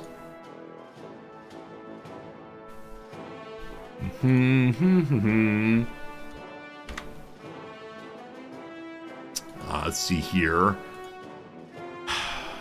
Masters of Water. Maestros del Agua. Or Maestros del Agua. Okay, very good. So we call this group now. Is it better to have 3x2 or 2x3? I don't really understand how... I don't understand a lot of things. In part, though, I don't understand how combat width works. So, please stop moving around the world. Very good. Alright, that's what you are. Is there a water sign I could use? What are the water signs in astrology? Is Scorpio a water sign? No. Okay, what looks like water to me? There's the Easter Island heads. Is there a fish? I like a fish very much. Apparently fishes are not especially powerful. The shark? The shark. Sharks. Good. And what do I want them to look like? Surely not Republican infantry. Let's have you all look like anarchist brigades, possibly. Lovely. All right. Port defense. Glorious. I'll be training you to defend the ports. Morals eternally. Watch out for the jets, rather. Jets and sharks, let's go, let's go. I assume for defending the ports, this is all fine. And I'm gonna get rid of this second group here for now. Cool. Hungary's in the Axis also. But leave me alone. The Second Vienna Award. A treaty has been signed at Vienna following German arbitration that sees northern Transylvania restored to Hungarian rule.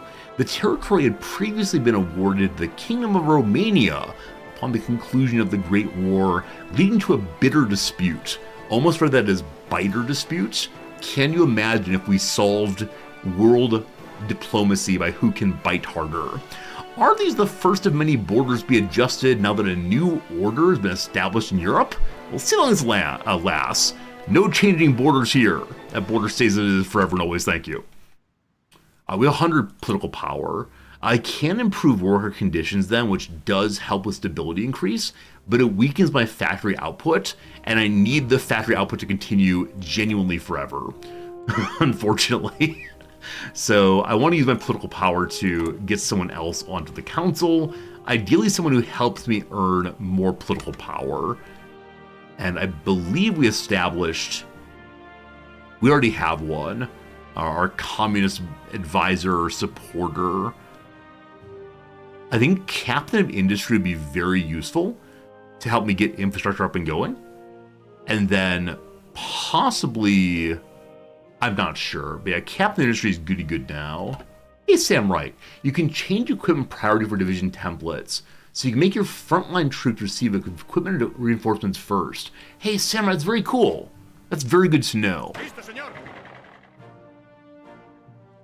Okay, so I go into my frontline template.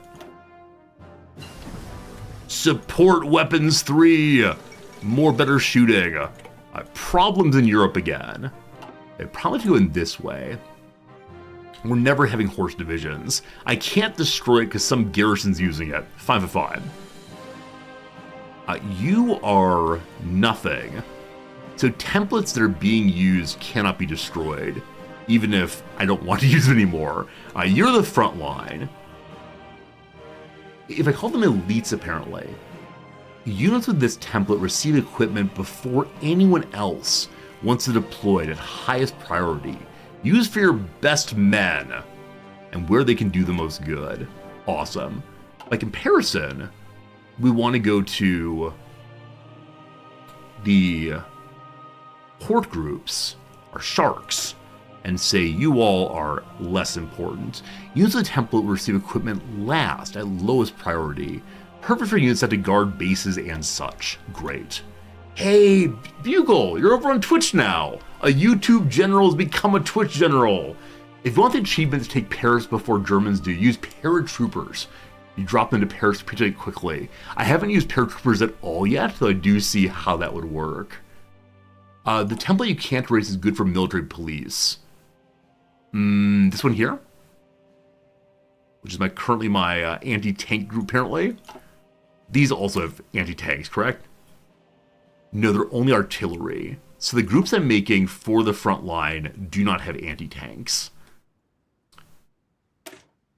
I could go for more combat with more fun and add a line of anti-tank, or at least one support anti-tank. Our organization's still over 40. Here, have at least one anti-tank weapon. And maybe we should make some anti-tank, like an independent anti-tank division type. I'm not sure. Many of you have said just have two kinds of divisions, one for defense, one for offense. I don't know how to think about, the rock, paper, scissors of anti-tank, for example. We'll get to that soon, maybe. The Treaty of Craiova. More concessions have been forced on the Kingdom of Romania, with Bulgaria reclaiming southern Dobruja. I don't know where that is, frankly. The territory was annexed by Romania in 1913, after the Second Balkan War, and is still mostly populated by ethnic Bulgarians and Turks. Regardless of the reason, the Kingdom of Romania now stands significantly weakened. Is it possibly in this area here? Maybe. More battalions, more good. Absolutely true. The same way that people want one kind of design in Stellaris, we can do different designs in this game too. We're not researching. I'm wasting our time. I apologize. So all those upgrades are done. So we should probably do Navy stuff. So we have 1936 weapons in 1940. We do not have sonar or smoke generators yet, so we can't really run away. I think I should upgrade the submarines, because I do have an admiral who's really, really good with submarines. So let's go ahead and go with that and try to help out. It's so attractive. The role of the submarine in a fleet outside of convoy attacks is still under debate. Achieving a balance between a combination of speed, range, and weaponry will be key to the necessary model. More steel needed, all good. Hey Foley, you never feel like my thought process is a waste of time? Reasoning is endlessly entertaining. I think unfortunately in new games though, what I call my reasoning process is largely making up justifications for what I want to do. But thank you. I mean, I enjoy you. I'm appreciative that you enjoy listening to me blather on and on and on. Very good. All right, the good people of Euskalduna make raiding fleets with better submarines. Find Basque folks, build. And the same group, that's not true, sorry, our infantry weapon friends have learned a new trait point. So, these have been selected already. Better infantry equipment on reliability and soft attack, as well as a little bit harder to produce, but more attack again. Very bottom here, even more expensive, but even more breakthrough. I think I almost always make my production more and more expensive. Playing with a country is weaker, with a weaker economy, I probably shouldn't be doing that, but where's the fun in using trashy weapons? Where's the fun in that? 15,000 weapons needed for upgrades. Glorious. How's the focus going? Almost done. One more day. And the community begins to rebuild. Wonderful. Now, what exactly do we get for the rebuild there? One infrastructure and much faster factory repair speed. We don't need that. The bonus infrastructure is cool though. So next up, we need to get still quite a few more factories to choose Beacon of Socialism. For now, we repair and expand the dockyards. Here's where we get some free naval dockyards to begin making submarines more quickly. Great. More research. Hello, Jim Leahy. Did we win? Yes, the Spanish Civil War is over, And we are the champions, my friends. We'll keep on fighting till the end, etc. We could research for 221 days. Stabilizers and bomb sites, I believe, are Air Force fun. Let's go ahead and stay with, let's make more Navy fun. So, these are torpedoes. If I'm making more submarines, probably good to improve the torpedo fun. Either with a magnetic detonator, which gives bonuses torpedoes on all the ships. All the ships? Seems good. Universal bonuses, we love them. Send it to the raiding fleet once more. Cool. Hey, Dory, good seeing ya. Thanks for being here. We could add 4 more troops to the northern line. The Germans have a very small group there. The French-ish the same. Legionary Romania has joined the Axis. They've ended their monarchy. They're now good old fascists, led by Ion Antiscu? Something like that. He's the leader. No more kings needed. I wish there were other anarchists to be friends with us. I have high hopes for Mexico helping us out, but probably not going to happen. They're still good Democrats as always. It's so close to either opening our economy or to getting a new advisor. I think an advisor is the right call because we don't need to buy anything right now. I mean, currently we're in pretty good shape on most things. Allegedly. It could be good to buy some anti-air weapons, I suppose. Need to make some more bombers and such. We're gonna need to go and produce some more military factories, surely, but... Next one's in August. Great. Open the economy gives you more factories. Oh, does it actually? I thought it only let you trade more generally. Let's read more carefully. Okay, limited exports does increase factory goodness. Export focus, 10% increase. You do give more intelligence though. Free trade, even more. I don't want to go too far. We don't believe in free trade globalism. I don't believe in the buying and selling of materials for profits. So, people buy resources. Spain has a ton of tungsten. Oxford, I appreciate that. That's what I didn't quite recognize. What is in line with our ideology? Feeding the nationalist war machine seems pretty bad, but getting factories seems pretty good. Limited exports seems right for us. Free trade gives the most, but seems inappropriate to the ideology. Oh, goodness. Realistically, probably stay closed. I mean, it is true. It is true. Closed feels most RPE, but I need more factories. For the sake of the revolution. That's the story I'm going with. We're gonna go some open exports. Alright, more boats, more good. Let's go and strengthen our... What's damage control do? Firefighting drills, reduction of critical hits. Fire control. Wait, oh, fire control. Friends, do you want to know how do you want to know how you can tell I never served in the military? I read fire control, I think, like, yes, let's make sure our people have fire extinguishers and know how to stop, drop, and roll. Very good, very good. Let's make it so we reduce critical hits. Seems useful, thanks. Alright. The corruption begins. Oh no, we're not pure ideologues anymore. Oh gosh, it's pretty bad. We have a lot of tungsten though. It's F8, I believe. Yeah. We are fully mining everything. We want fire control, think of the math. We have to like figure out what angles of incidence and wind speed and so on. All pretty good. How's the front looking? We need a little bit more support to logistics there. We could move the naval base over to let's use some trucks. As of right now, we have how many trucks coming in? 1 a day. Is that enough? I just don't know. There is a supply depot right here. Psycho Trucks 2. Hey, Zelion! Thank you for the resubscription, friend, for 55 months.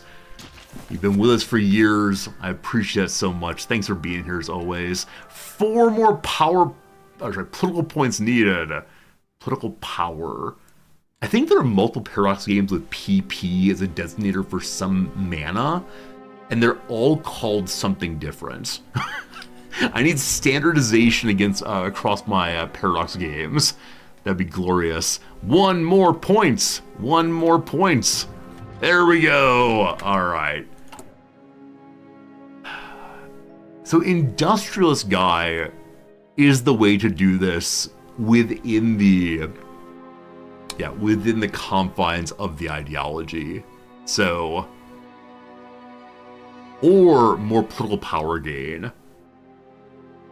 The lead support for unaligned, so we lose our communist focus and maybe become anarchists or Confederación Nacional de Trabajo. We focus on work and anarchy together. Sorry, staying communist. Captain Industry Guy, let's go, let's go. We're keeping a closed economy. I need to figure out what I can use tungsten for, as we do have so much of it. Am I using any tungsten currently? I'm using 3. Tungsten's a rare hard metal, mainly used for anti-tank munitions, but also machine tools and specialized parts. We're burning through a lot of our steel right now. There are only 2 colors, red and not red enough. I think you might be right about that. I need to export my ideology. I don't want to fight any wars for land, I think. I want to fight wars for ideology through and through. We need more rubber. So I think it makes sense for me to start having, yes, a synthetic refinery will give us rubber to speed up production again. Portugal's right there. Is this how you make like Grand Iberia or something? I don't know. Salamanca, which I believe is a family name in Breaking Bad, is going to get our first ever rubber refinery. And I'm going to kick that up to the top, I do believe. How long does it take to make? Done in November. Wow, it's forever. November is in fact forever. Let's go ahead and do the further factory first. Unify the Iberian workers. Once it's Iberia, it's on into Africa. We have to protect this, don't we? Makes that a good idea, or makes a thoughtful idea for us to protect the other territories we have. These various islands, for example. More ports, more ports. We'll see. You can research to improve rubber output. Oh, very cool, very cool. Yeah, I know that on the far right side here, you can get more and more as we make more and more trucks. But what I really need is just additional construction. 1941 is coming. We can push the construction button again. But now we wait. We can watch for war. So as right now, there's a fairly unstable peace everywhere, except the Germans want Norway. And is Sweden coming to help in this playthrough? Of course not! They're currently buying things from the US and embargoing the Germans. So earlier we saw they were selling things to the Germans, but if I build 2 civilian factories and 1 military and keep War Machine running, you don't like my, let's just make a whole bundle of construction? We could do that. Historical focus is on. This is my my second ever playthrough. And so I've done 2 historical. Our next playthrough is going to be USA historical, I believe. And I don't know how to think about ahistorical. We'll see. Hello, Victor. We are making new divisions. Absolutely. Repair the dockyards. So I think we just got 4 dockyards or so. And so we should now be producing convoys, A+, yes. And working on these last few ships. They're not set up to do the eternally, are they? Yeah, they're making just one of these ships. These are the ones we started with. These are the ships that were in the queue at game beginning.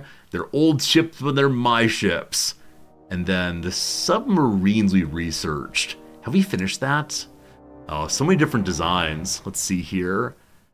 We have only 1936 submarines still. So that's still in research. Yeah, it'll be done in a while.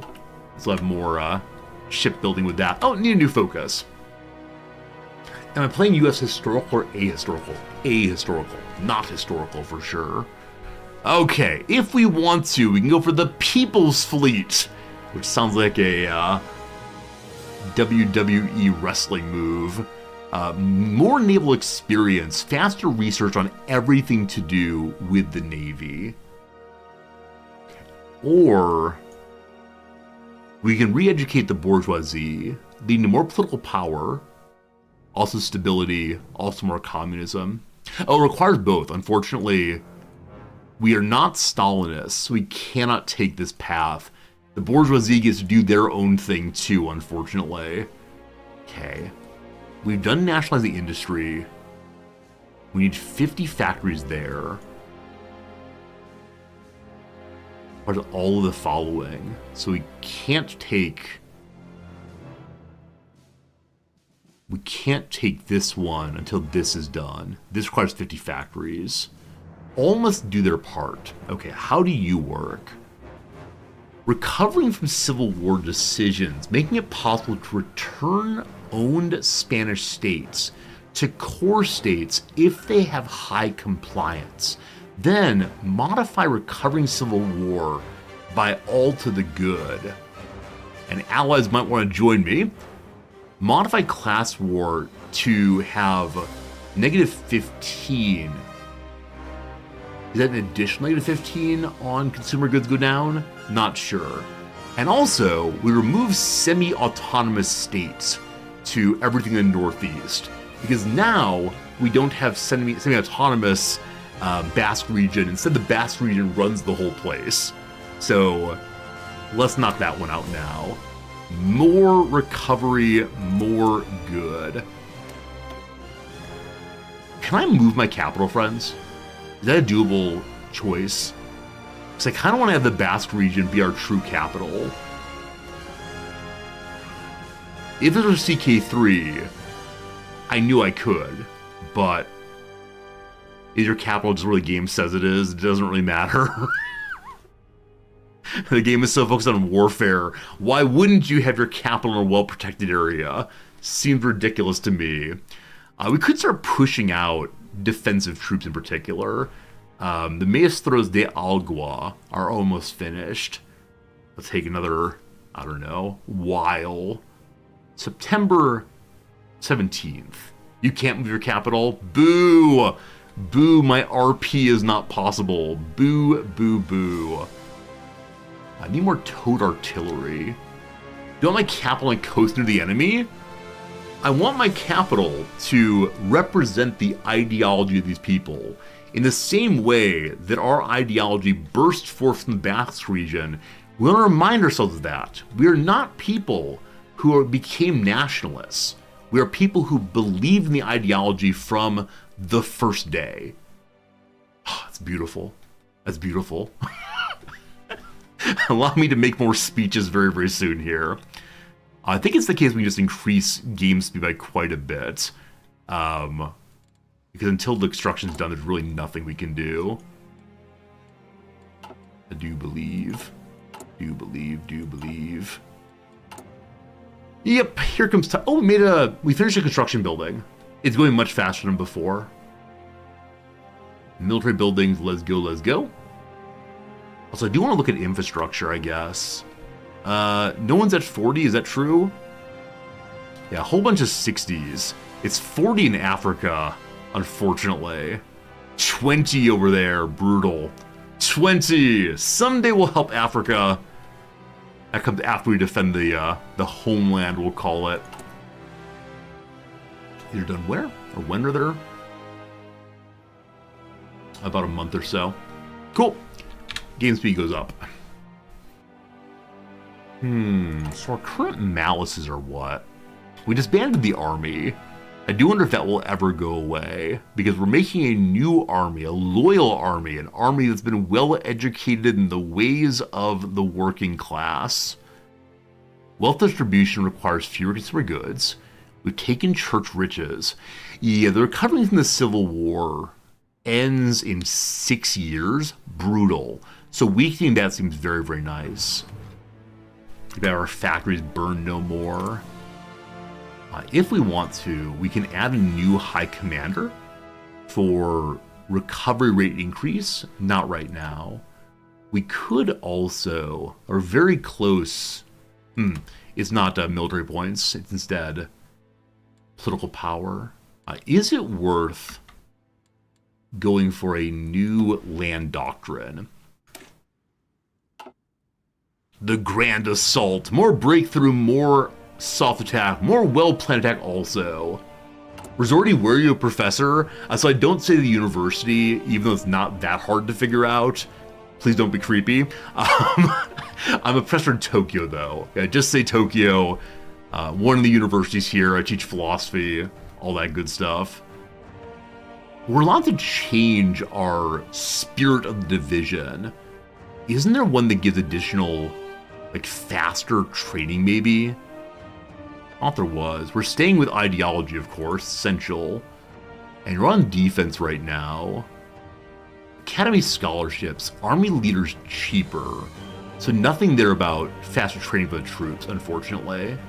That's cool to speak Japanese. Some, yeah. Enough to get around, but not enough to do much. For example, as I mentioned in the opening, last night I met one of our viewers who's here in Japan for a touring time, a vacation, and I had a moment where I wanted to order a coffee for each of us. We'd already had one coffee each, no problems, and I could not figure out how to say more of these two things. And I figured out later, but I had to say one of these and then point to him and say one of these. It was so awkward. Like, not being able to make new constructions in Japanese is something that makes me very, very sad. Because in English, of course, boom, boom, boom, no problems. But I figured out later what I needed to say, and that was fine. More factories! They're all coming online. How do I deal with exams? Can I stream? How can I teach while streaming? So I stream for about 5.5 hours a day, and I teach 2 classes, which I guess means I probably work more than 8 hours a day. But yeah, I stream in my morning from 8:30 a.m. to 1:30 or 2:30 p.m., and then I teach in the late afternoon, evening. And I just talk all day long, blah, blah, blah, blah, blah. So, in particular, we need more towed artillery. Is that just... I think I just improved artillery, yeah? Do I enjoy living in Japan? Yeah, of course. Of course, of course. It's a good place. People are polite in some measure that I like. It's a quiet place in a lot of ways. The trains were on time. But mostly I stay in my house. My wife goes out and does things and has a nice life, and I'm happy hanging out here with you all. So for me, Japan is primarily this house. Legion of Romania cedes Bessarabia to the Soviet Union. Is that this? Must be that. Legion of Romania has been forced to give in on an ultimatum from the Soviet Union. The territories of Bessarabia have been passed to Soviet control, and the Romanian state is left with borders diminished. Cool. It remains to be seen how Legion of Romania will avoid further losses. Surely the Germans will protect you. Hello, Kartar. Last you tuned in, I was still trying to retake Madrid. What happened? You refused to believe I took the country by force? I did. I managed to get the Republicans and the Nationalists to fight because their capitals were in Seville. Their capitals were in Seville and Malaga. And while they were fighting back and forth, I took the Carlist territory and then to the border and then just marched south. And so yeah, it is the case that we won this thing via force. Haha! The Soviet Union claimed Bessarabia. Wait, didn't they? This is backwards. So they were ceded the territory and then claimed it. Very strange. Very strange indeed. A-okay. My beautiful, beautiful land here. How long till new troops? Need more artillery. It's getting made, I swear. This group is almost fully trained. Neat, neat, neat, neat, neat. I mean, I guess it's the case that the troops who defend the ports need a little artillery, a little support equipment, some manpower, and some infantry equipment, that's all. So, are we making anti-air? We may not be making anti-air. I need to look at that. It might be worth training two of these at once until I have my entire coast defended. Let's go ahead and do that.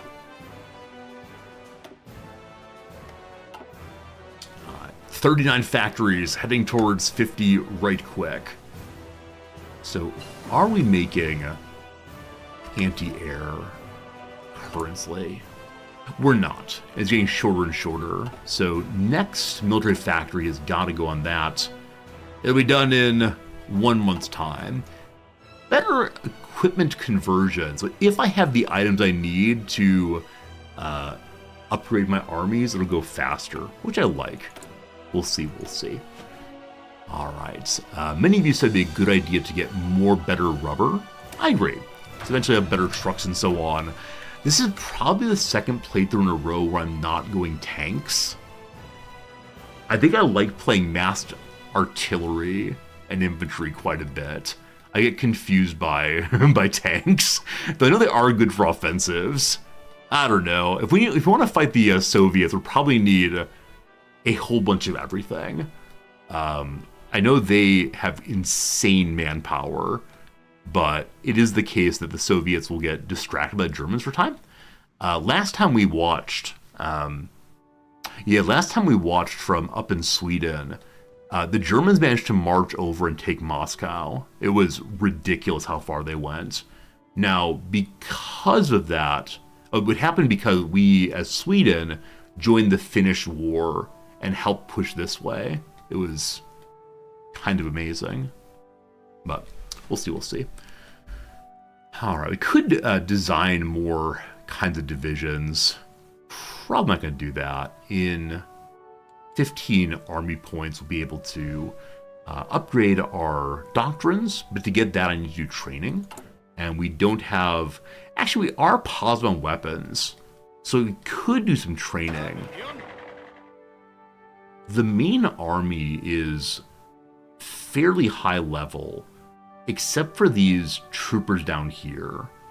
So I think if I hold down Shift and click here, is that right? Yeah, last until the units are trained. So only the units who need training are starting to do their jumping up and down. What is this Star of David here?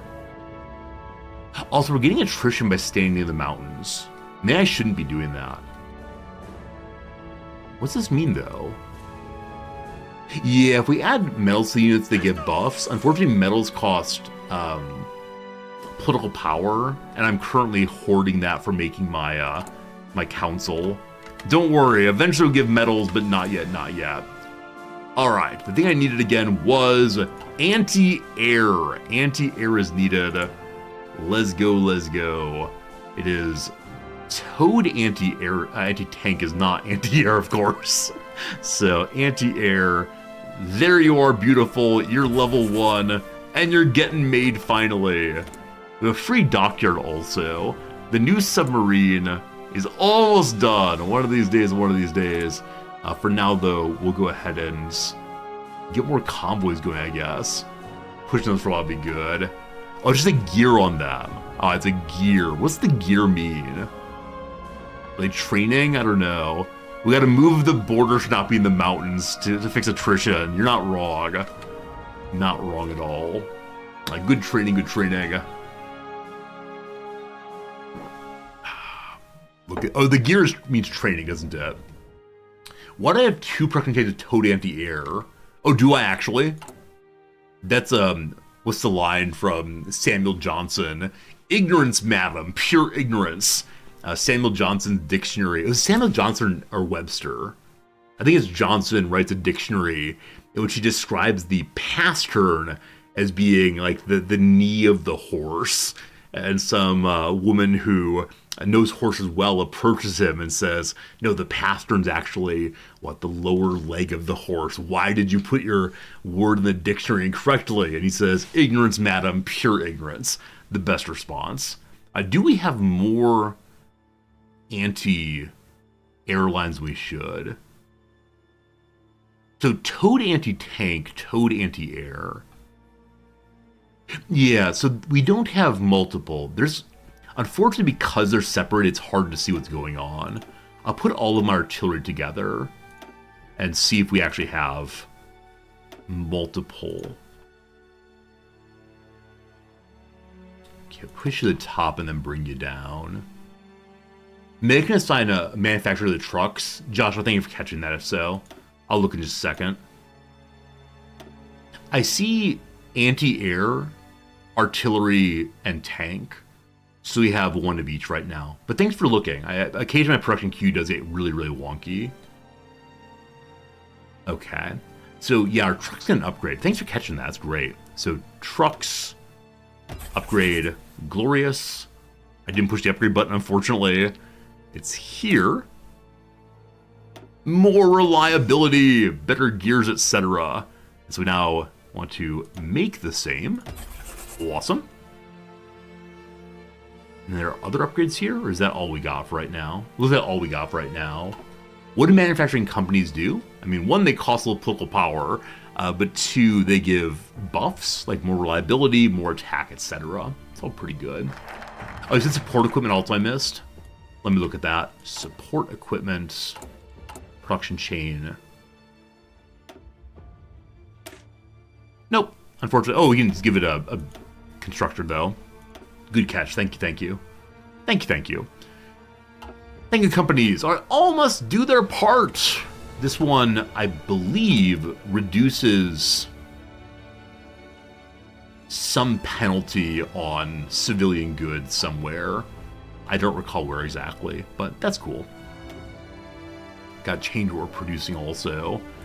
With all must do their part, we can get more factories and resources, etc., up in the Northeast. So lessons from the Civil War. We get rid of the disbanded army penalty.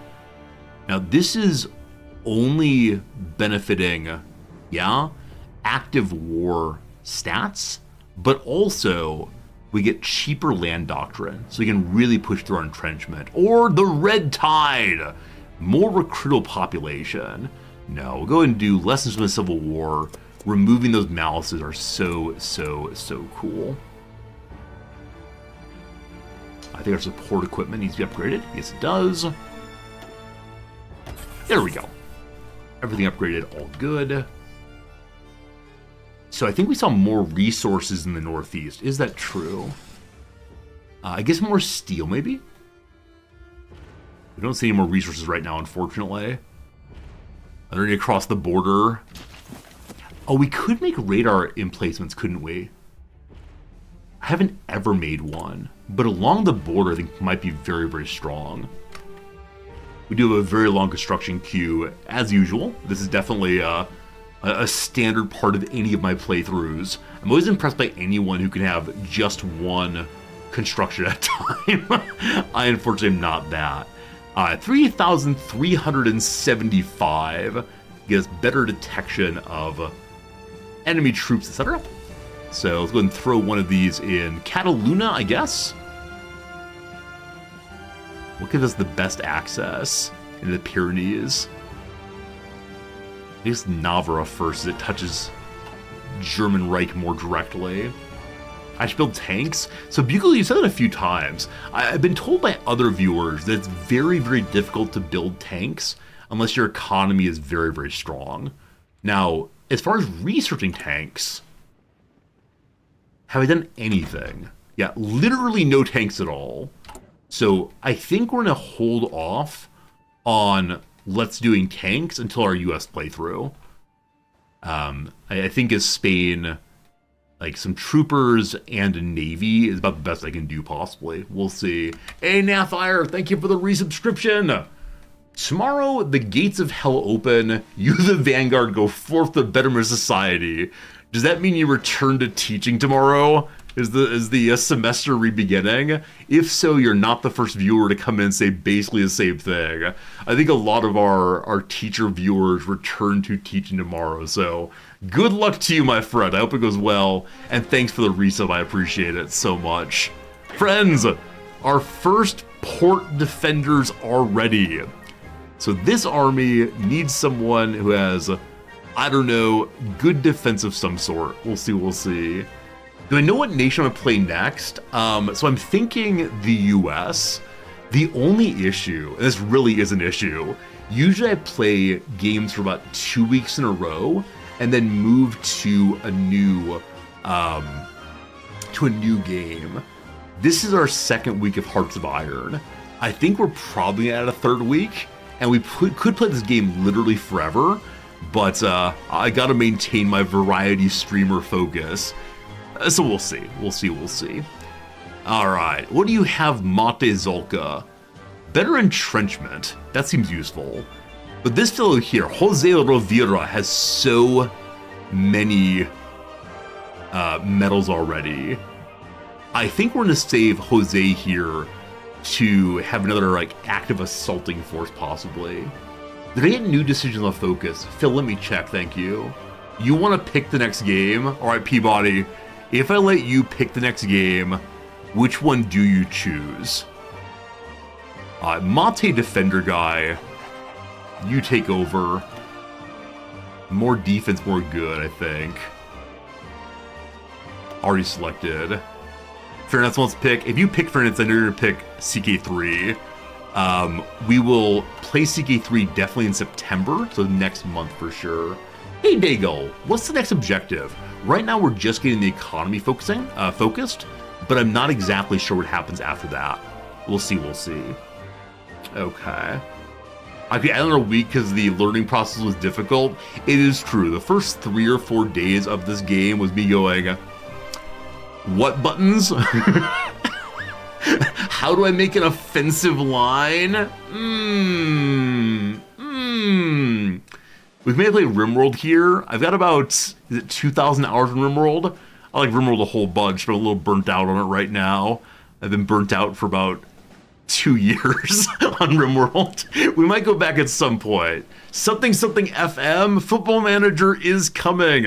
It'll just be once the new game releases. I don't actually know when that is. To defend these areas, let's click on the states. The border, ports, and airports, etc. Eventually we'll deal with Africa, I promise. I believe there's also an achievement to retake Gibraltar. I think we should do that. Who's got OBS? You're not going to say what game I should play yet. There's a masterpiece of the company that hasn't been played here yet. OBS, what is the Paradox game I've not played yet? Because I am a big fan of Paradox games, and so I am all about playing ones I've not played yet. As long as they have an active Twitch following. If they do not, less appealing to me. Alright, Anarchist Brigade joins the front. Going, good. New submarine hull. Stellaris? You think I've never played Stellaris? I think I have 800 hours in the game.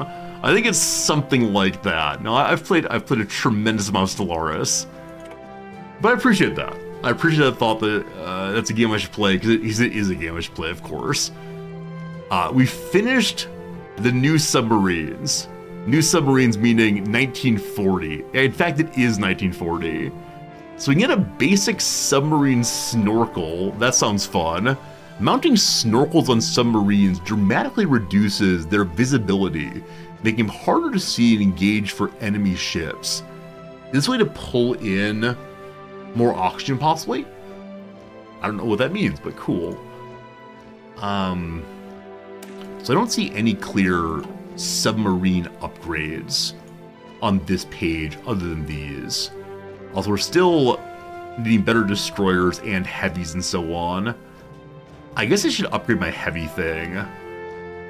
And then super heavies eventually.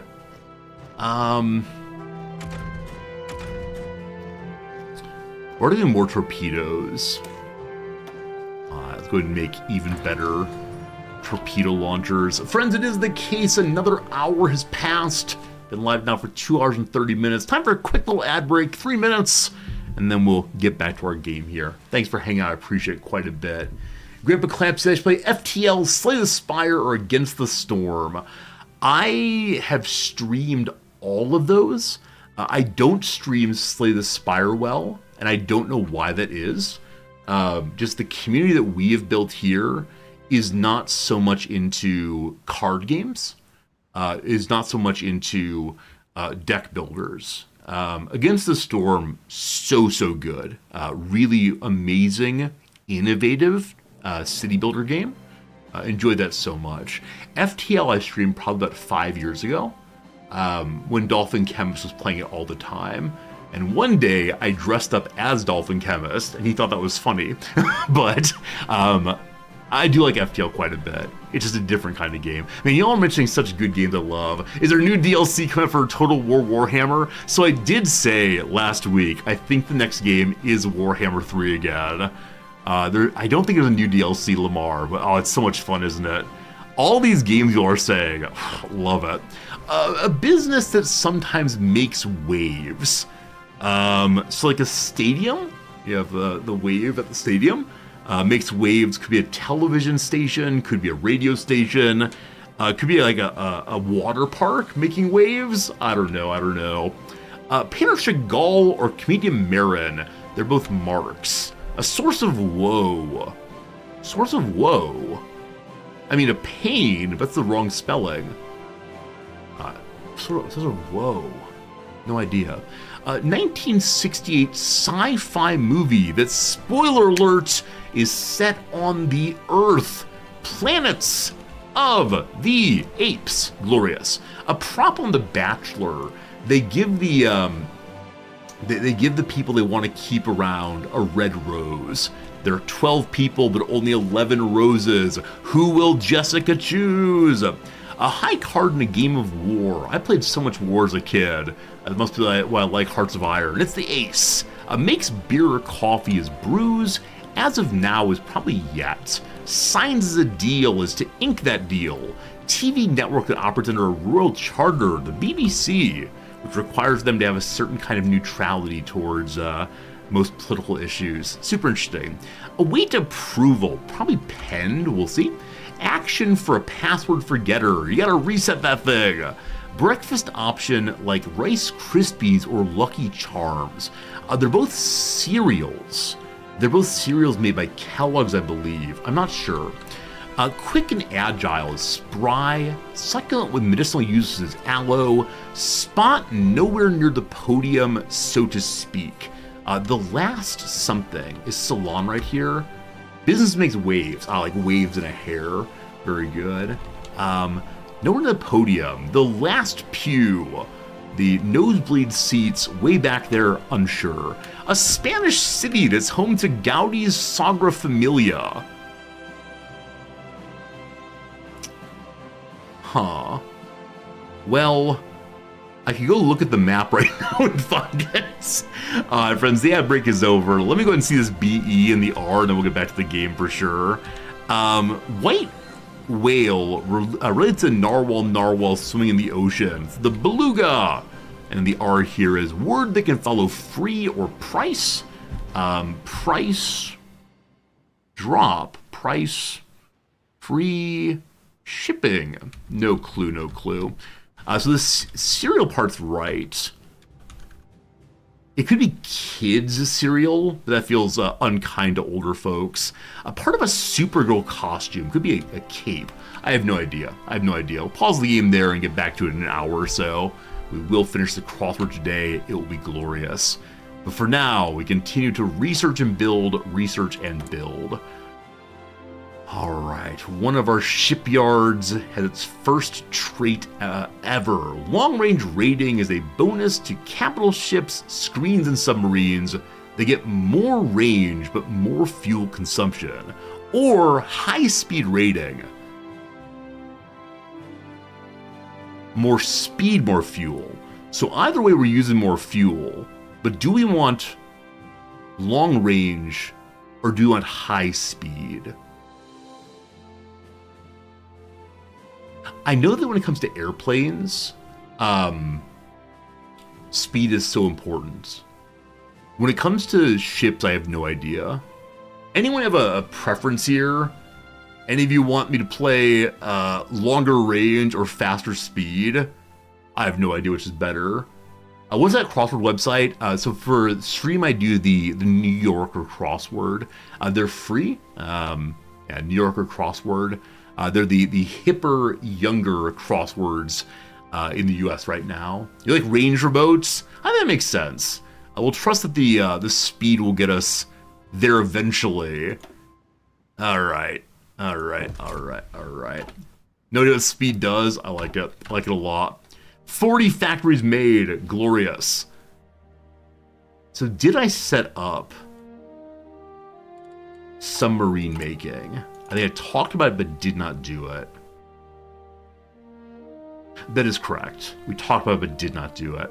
Friends, it is time for more better submarines. Okay. So, I have no idea what we're doing here. We're going to push some buttons, and you all are going to say, wow, Resorty, that's a terrible submarine. And I'll say, that's fine. Our Admiral will save it. Rivers, cities, or historical submarines. What do I name this thing after? Our submarines will be named after rivers, because when our submarines are done with your ships, they will have water flowing through them like a river. Glorious. All right. First thing, how about some torpedoes? I have 47 naval points. How about the biggest torpedoes? And then a radar. And then more torpedoes. Design lacks torpedoes. We have to choose what torpedoes go here. More torpedoes! And the world's largest engine. Is that fine? Is that fine? Lots of torpedoes, one radar, more torpedoes, more good? What do I want you to look like? Adorable little crab. I guess you mean deaf. Radar underwater? What's it do? Decimetric Naval Search Radar, a simple radar set that operates in the 50 centimeter wavelength range, allows the detection of surface ships even in bad weather at a range of more than 10 kilometers. I guess that means we surface to use it and then go hide again. It's 1940s. We can't stay underwater forever. We need more oxygen, please. 19 kilonauts. The submarine tubes slow it down. That's fine. I give you the river submarine. Glorious. We need to get a dockyard for it. I'm going to move it up into the production line here. We have 2 of you on convoys. Convoys forever and ever and ever. Almost there. Good. The submarine begins. The first submarine we done in 1942. Good team. Good. Phil asked earlier, do I get additional decisions? Thank you. We can eliminate gorillas. All right, we do have decisions indeed.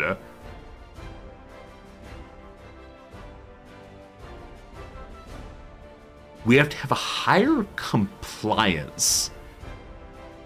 Removes infantry equipment. Lowers manpower for 70 days. And we then core these places. In this game, what does coring do? I can look up in the Wikipedia. Anybody know? But yes, thank you. So many decisions. And what on earth is compliance?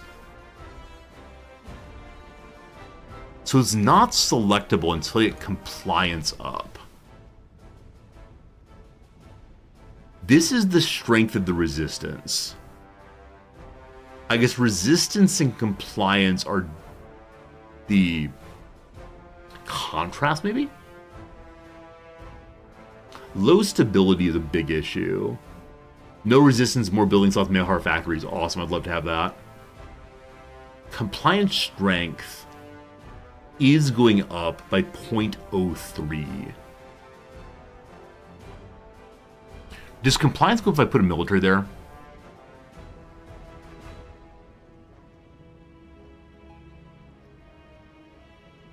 Compliances need to reduce it further. Okay.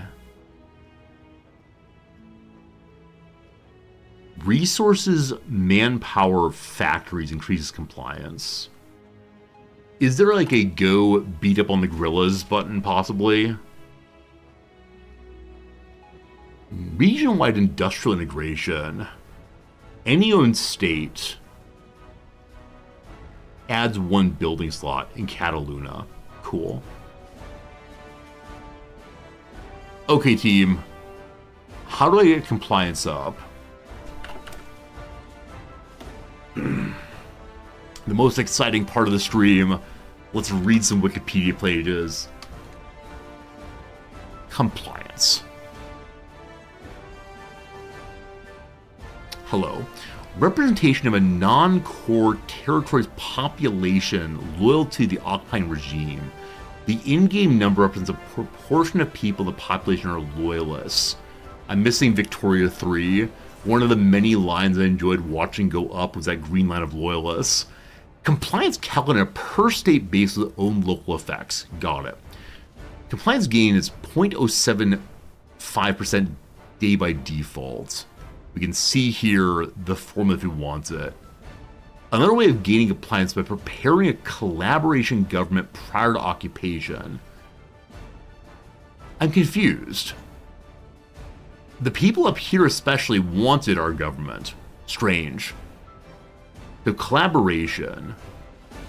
Compliance provides bonuses to available factories.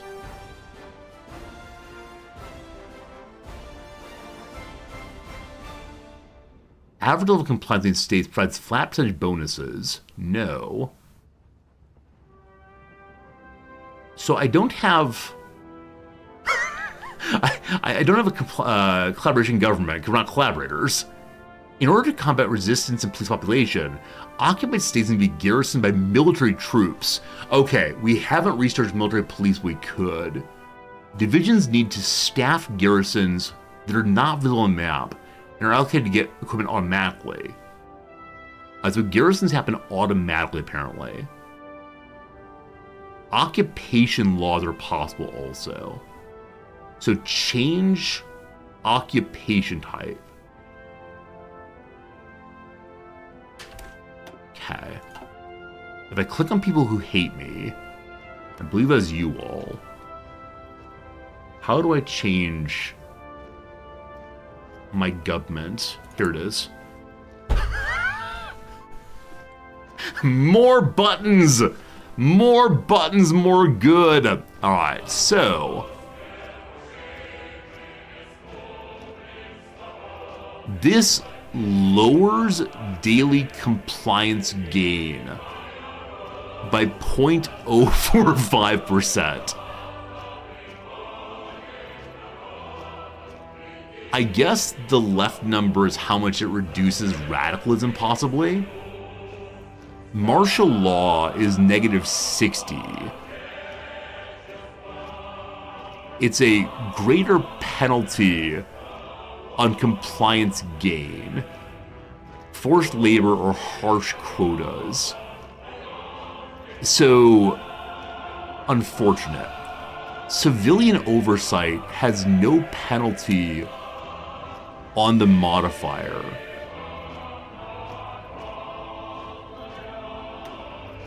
Okay, we see our resistance is only 7%, but it's enough that we're not able to core these places.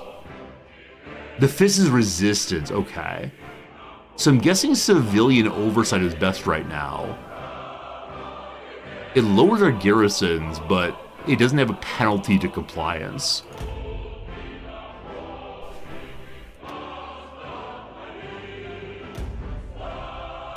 Do you want to set the following override laws and change the new default? Sure. Where is that page?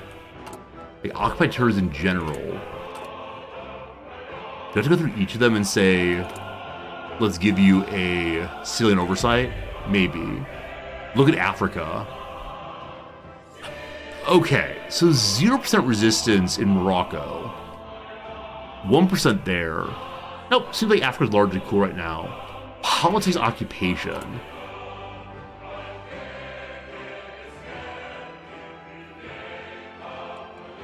Politics. Politics. I think it's this. Occupied territories. There it is. Thank you. Thank you, thank you. Okay. Civilian oversight. Everybody. Everybody? These are some military governors. Everyone gets civilians. Okay, I think everyone has civilian oversight right now. This place, no uprising, no emboldened resistance, no organized resistance. I think if we give it time to change. Oh, change the troops also. Ah! So currently the garrisons are just horsey friends.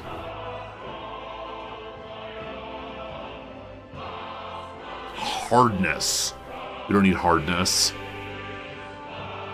I guess whatever has like the largest number of people might be good.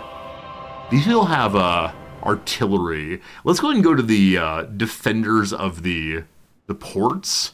I wish they had military police. That's what they have to do still eventually. Horses do have bonuses to garrisons. Oh, well, unfortunate. We gotta research military police. So not enough manpower, etc. for these now. Horses are fine? Okay. Back to horse friends then, all of them. I want suppression. Cool. I'll leave it as is right now and see if having civilian oversight makes them cool with me eventually. 10 more factories needed! Nice. Everything's coming along nicely, friends. Gotta believe, gotta believe. A new division assigned. This is for the front line. Off you go. Oh, yeah, that's right. I forgot it's one big army. There should probably be two of them. Still big war support. Still questionable stability. Okay, are you becoming friendlier to me? 8% compliance. The number is going up thanks to civilian oversight. I think next I will research military police and add military police to the horses, if possible. We now have more military factories.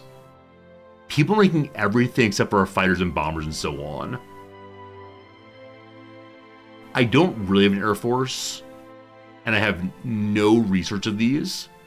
So I think it makes sense for us to just continue trying to make anti-tank and such to heal the wounds of this place. Construction's so bad. Artillery line is here. Yeah, basic artillery is making it... Oh, so fast. 1 per day as opposed to 2 per week or 4 per week. Wow. Production line's still going up, though. So I'm not going to change that.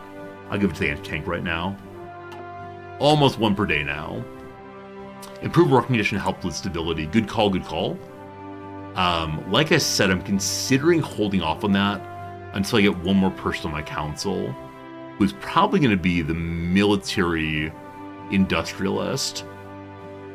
Silent workhorse. Can't use him yet.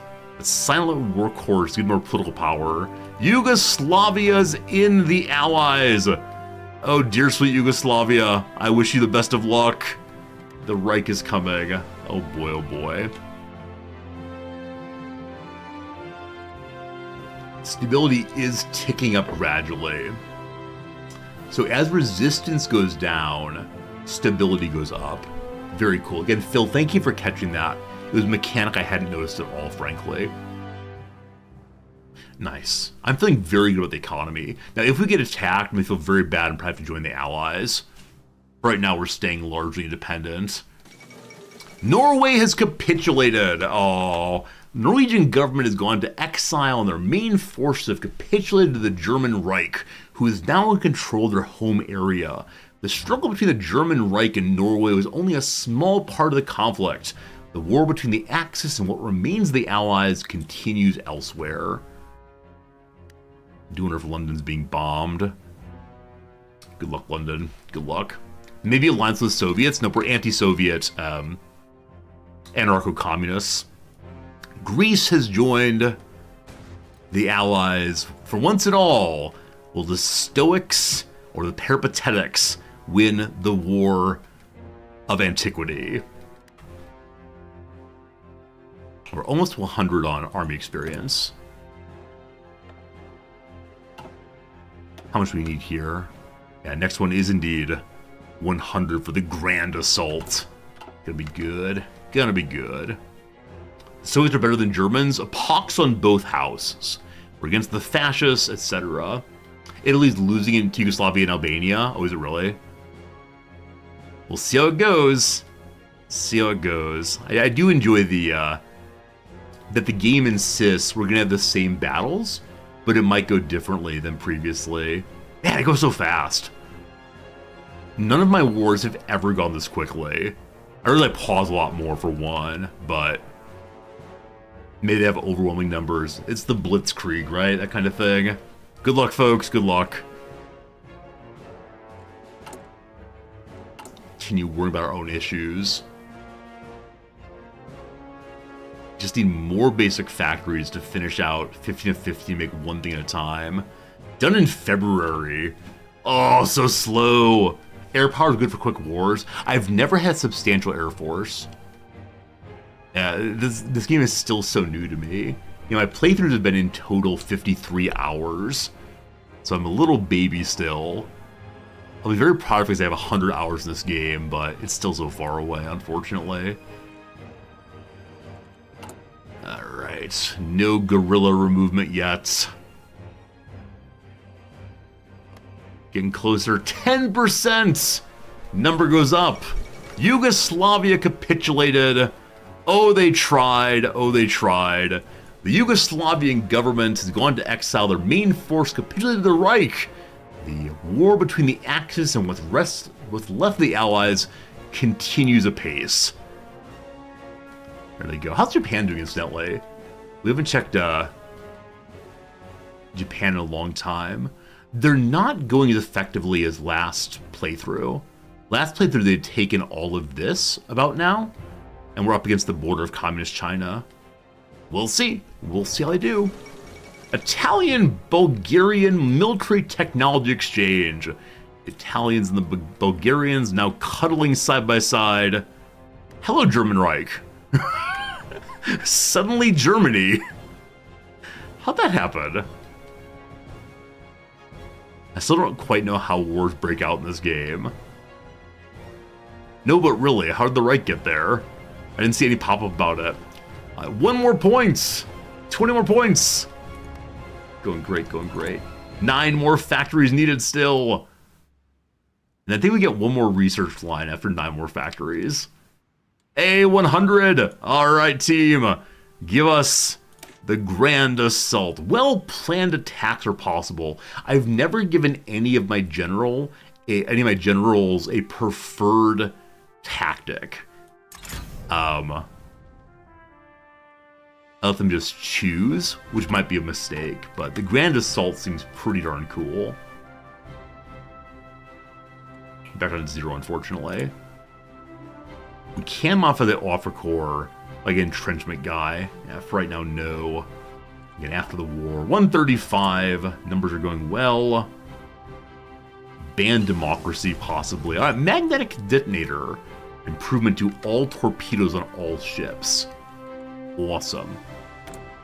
Alright, so Euskalduna has now got another choice. Last time we chose greater range. So we could now choose diesel power plants to reduce fuel usage. Those +5 fuel usage, -5 could be cool. Or we can go for raiding capital ships. A heavy attack go up, blasting everybody. Let's go and go with the reduction to fuel, hopefully. Okay, the new thing I just unlocked needs to go onto some ship. The submarine hull. I'm considering retiring some of these.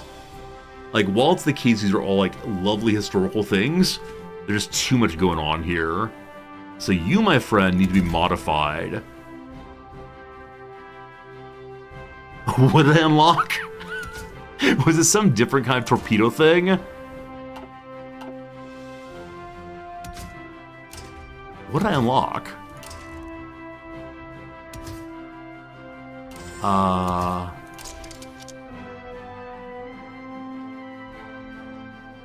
have no idea. Maybe it auto-increased it. When you upgrade a sub, you lose all the work you put in the current sub. That's absolutely true. Absolutely true. Maybe we shouldn't upgrade this one until it finishes. We've already spent a few months on it. We can start a new line for the upgraded sub. I guess that makes sense. There you are, beautiful. And I'll move it up. Hope for to replace this. All the trucks still upgrading beautifully. Okay. We have 7 dockyards. How much longer can this go on? One is done in later in 1941. Ships take forever to make. Makes sense. Makes sense. Gonna have big old naval yards like UK. Alright. So, bring me industry. Still 1940, so let's go ahead and do more fuel gain, more good. I believe we have 1. Is that true? Yeah, I believe we have 1 current fuel producer. Did I actually build it yet? It's being built right now. Awesome. Hey, Tristle, good seeing you. King Carl or Carol II abdicates. One moment. Have I said make infinite submarines here? I have. Just the 1, please. And when that's done, it'll stop, and that'd be cool. Alright. The King of Romania saw no choice but to abdicate. His successor is King Michael, but that doesn't matter. Carol's vested powers go back to the government. King Michael's got nothing going. Following his abdication, he appears to have emptied his expansive bank accounts and fled to Mexico with his mistress. Also, we've yet to see Trotsky. Are there Trotsky events? Lessons of Civil War done. We've lost our Maoist having disbanded the army. So we have a giant bonus to military fund now, and I believe to military factories also. Neat, neat, neat. Okay. Not to 50 factories yet for this one. So, the Red Tide. More recruitable population. Unify London requires bacon of socialism. We can take... Not paused. Hello? There we go.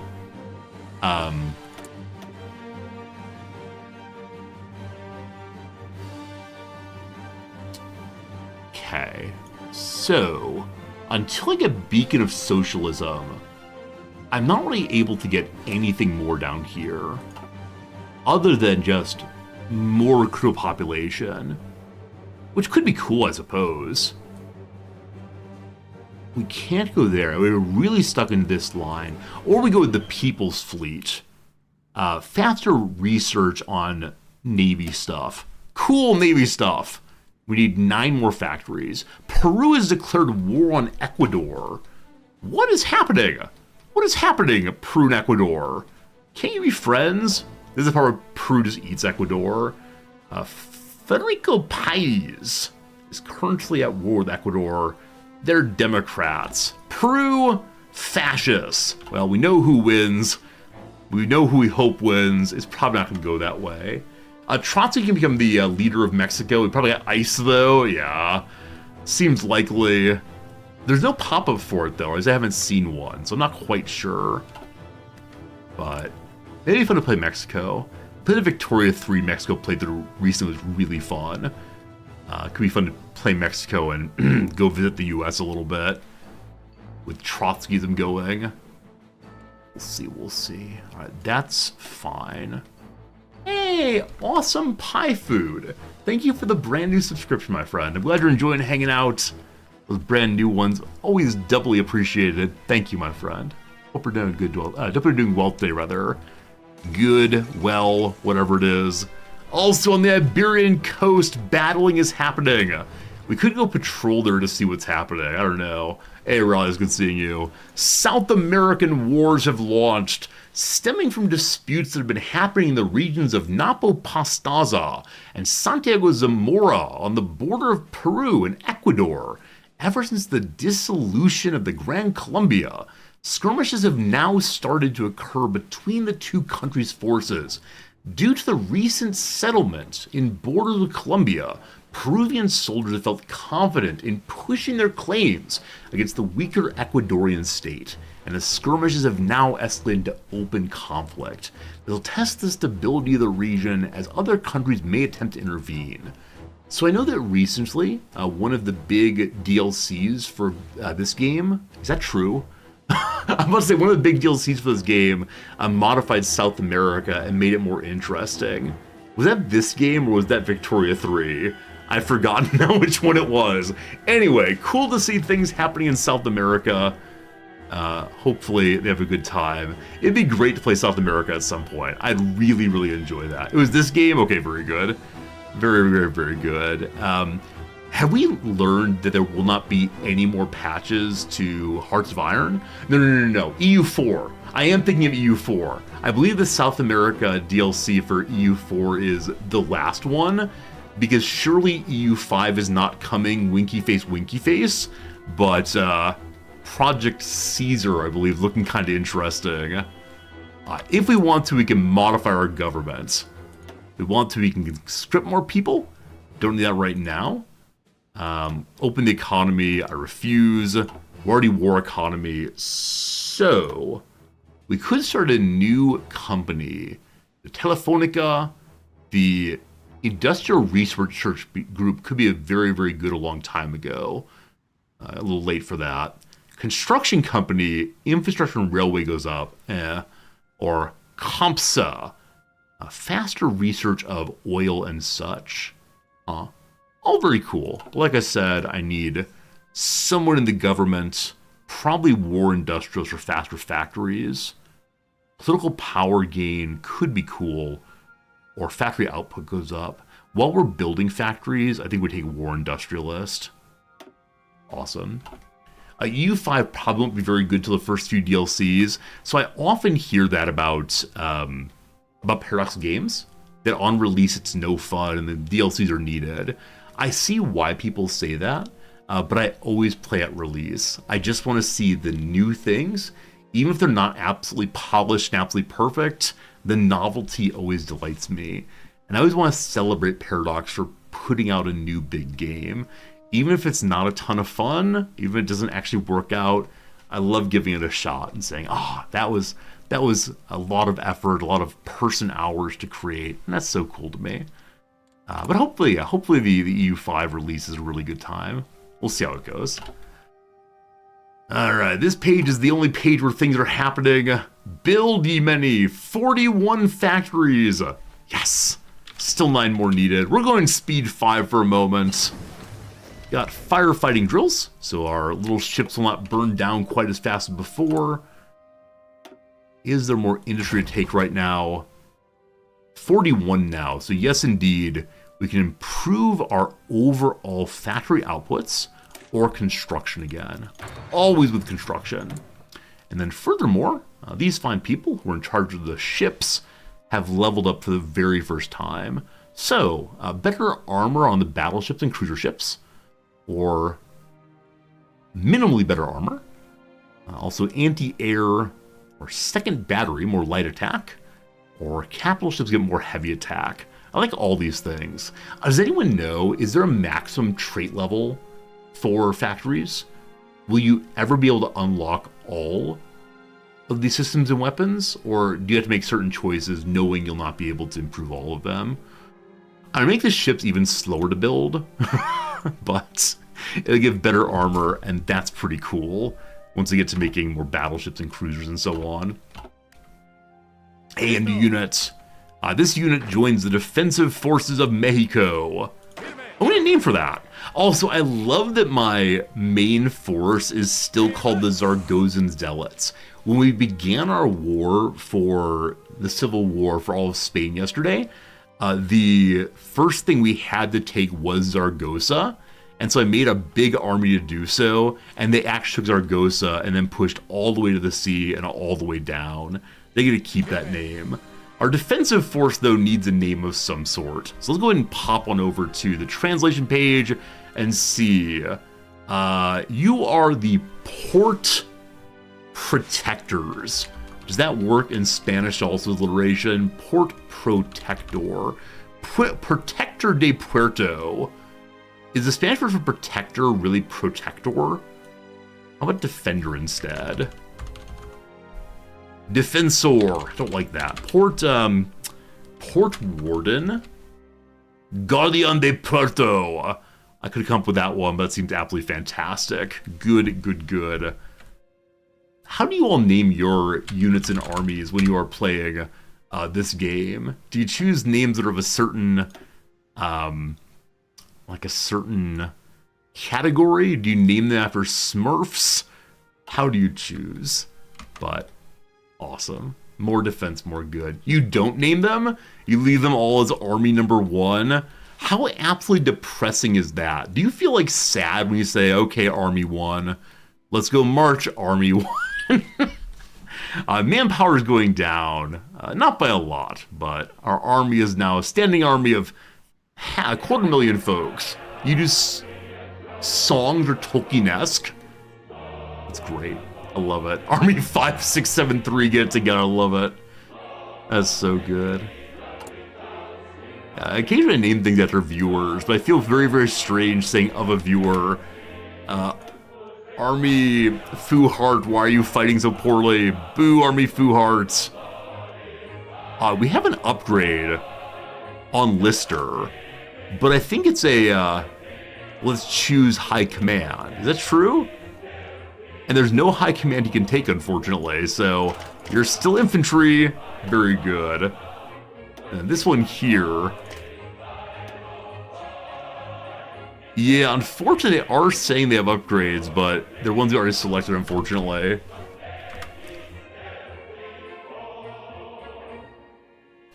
When we were in Sweden previously, our music was just, like, lots of polkas. I enjoyed that. I turned on more radio than previously. I'm not sure I like all the radio we had on before. So, what do I turn off? There we go, we stopped that one.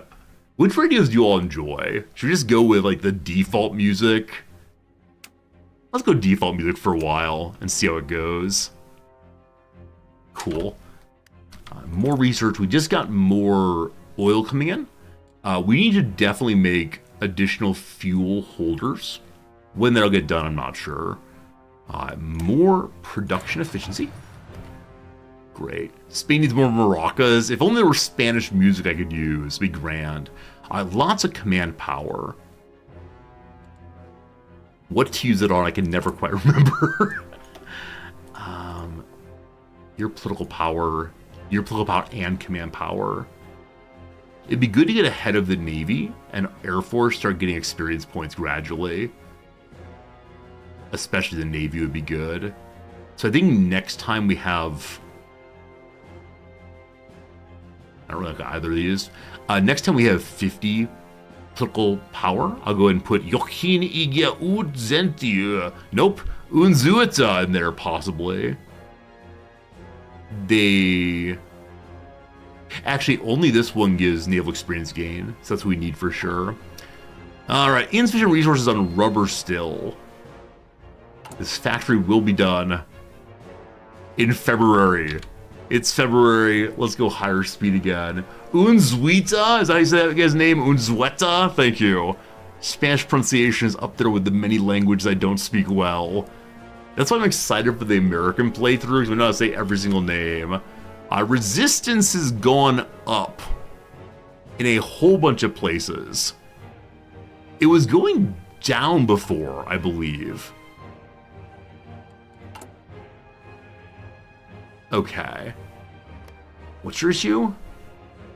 Alright, resistance is going up at the same time that compliance is going up. I really don't want to fight another civil war. So I think I might need to change the kind of government you all have. Civilian oversight makes people happy, but it leads to additional revolution. I need that. Oh, I said the next research I would do was military police. I totally forgot. If I put a local police force in, it reduces compliance just slightly.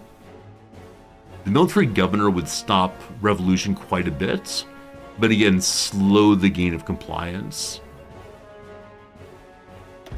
I guess I'm going to go with that everywhere to bring it down. Wait, it's only at 25%. We could go with secret police instead. That's not creepy at all. I may change them all over to that. Okay, everyone's got a secret police for the time being. Liberate the workers for RP? Oh, is there a liberate the workers? I actually didn't even see that. Let's focus on something else. Yes, once more to liberate the workers. Oh, there it is. Thank you. Yeah, that's the RP there. I just completely missed that entirely. The workers are freed from their chains. The only thing they have to lose are their chains.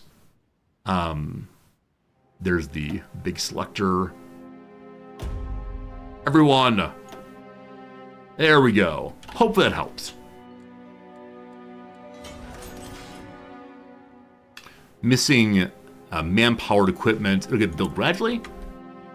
We have a new factory to go. This is flashing at me. Why? Why are you flashing at me, my friend? I actually don't know why in this case. Other than this, want more weapons, probably. We could make our interwar medium airframe. Probably not needed in this case. I think it's just, unfortunately, more guns, more good. For the time being. Yeah, we're really burning through our infantry equipment. Everybody else is going up gradually, but more. There we go. Hope that helps.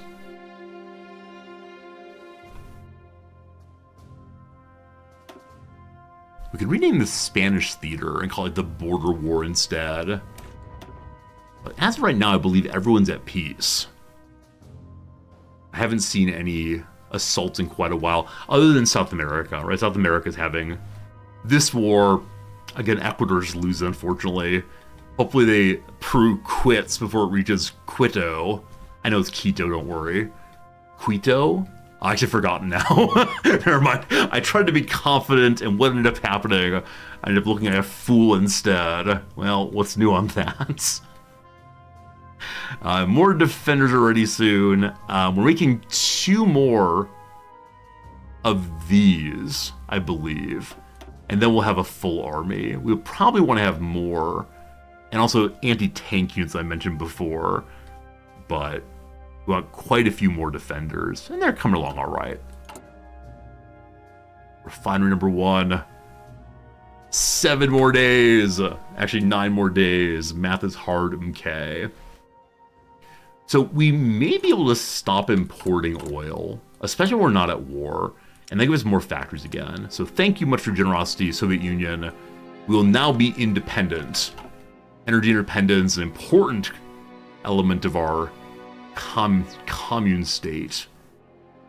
So if we want to take Gibraltar, we can't join the Allies. What's the 0 here? Our counterintelligence. Yeah, I have no spy force. I don't know if there is an agency for me to make. I didn't see it in our research tree, so I believe... Oh, there's a create button. Oh, okay. I thought you could only unlock your intelligence agency via a focus decision. You know, if you want to, you can make your own intelligence agency. I kind of want to make it for defensive purposes only. I don't want to be big creepy communists. I want to be like good guys. So let's not call it intelligence is fine. When we say intelligence agency, we mean these are intelligent people trying to help the state. That's lovely. What do we call our intelligence agency? The GGB, the Good Guy Brigade. I don't know. Communism and good guys don't historically mix. Don't worry. We rejected Stalinism. We rejected authoritarianism. We're letting the workers be free. We're trying to have a good anarchist state. Unfortunately, the game doesn't exactly model everything I care about, like democratic worker councils that send representatives to regional worker councils that then debate and discuss, and up it goes to the top. The game does not model that, but in my head, that's what's happening. That's right, this is my head here. What seems good? We're going to be a rook, because we're helping ourselves locally. It's defensive, no problems. Apparently SIM was something important. SHC, spies helping comrades, that's pretty good too. I like that. I like that. I don't know what the Spanish word for spies is, we'll assume it's the same thing though. Agency online. Yeah, we just need counterintelligence for the moment. Agencia de Inteligencia Popular? That's pretty good. I do enjoy that. Unfortunately, the die has been cast. But from what we're okay. We're at 50 now. So head of the Navy now goes in. More naval gain, glorious. Does my head of the Army give an Army experience gain? It does, just very, very slowly. They're all very, very slowly. Fighting wars is the way to grow, of course, but... show me resistances. 15 in the way of compliance. 23 in the way of resistance. Resistance is aiming to 22, so it is going down a little bit, I believe. Compliance is aiming at... it doesn't say. So more gradually. We need to stay at peace to ensure we're able to have... compliance increase. The People's Fleet is done! My friends, we have the amazing research bonuses on all things Navy. Also, submarine doctrine's cheaper. Cool. I think that means I should go down the submarine doctrine line, almost certainly. Okay. So... I guess the Red Tide is my only choosable choice right now. The new way of warfare is this. And this requires stuff here I can't take. So, despite the hard green line here, I guess the blue line here means I can't take that. Yeah. Until we have 5 more factories is what we can do. Our people know our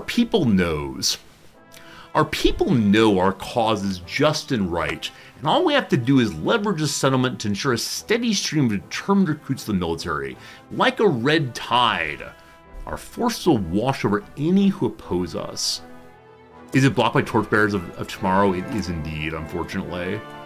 Yeah, so Torchbearers of Tomorrow requires a new way of warfare, and that requires Threats Abound, and that requires almost Bear the Torch, and that requires being fully anarchist friends. And we're not fully anarchist friends, so we can't go on this side. The Mothers of Liberty, what a great name that is. Yeah, we're communists though, not anarchists. I mean, we're both. I don't want to debate that again. It's going pretty well.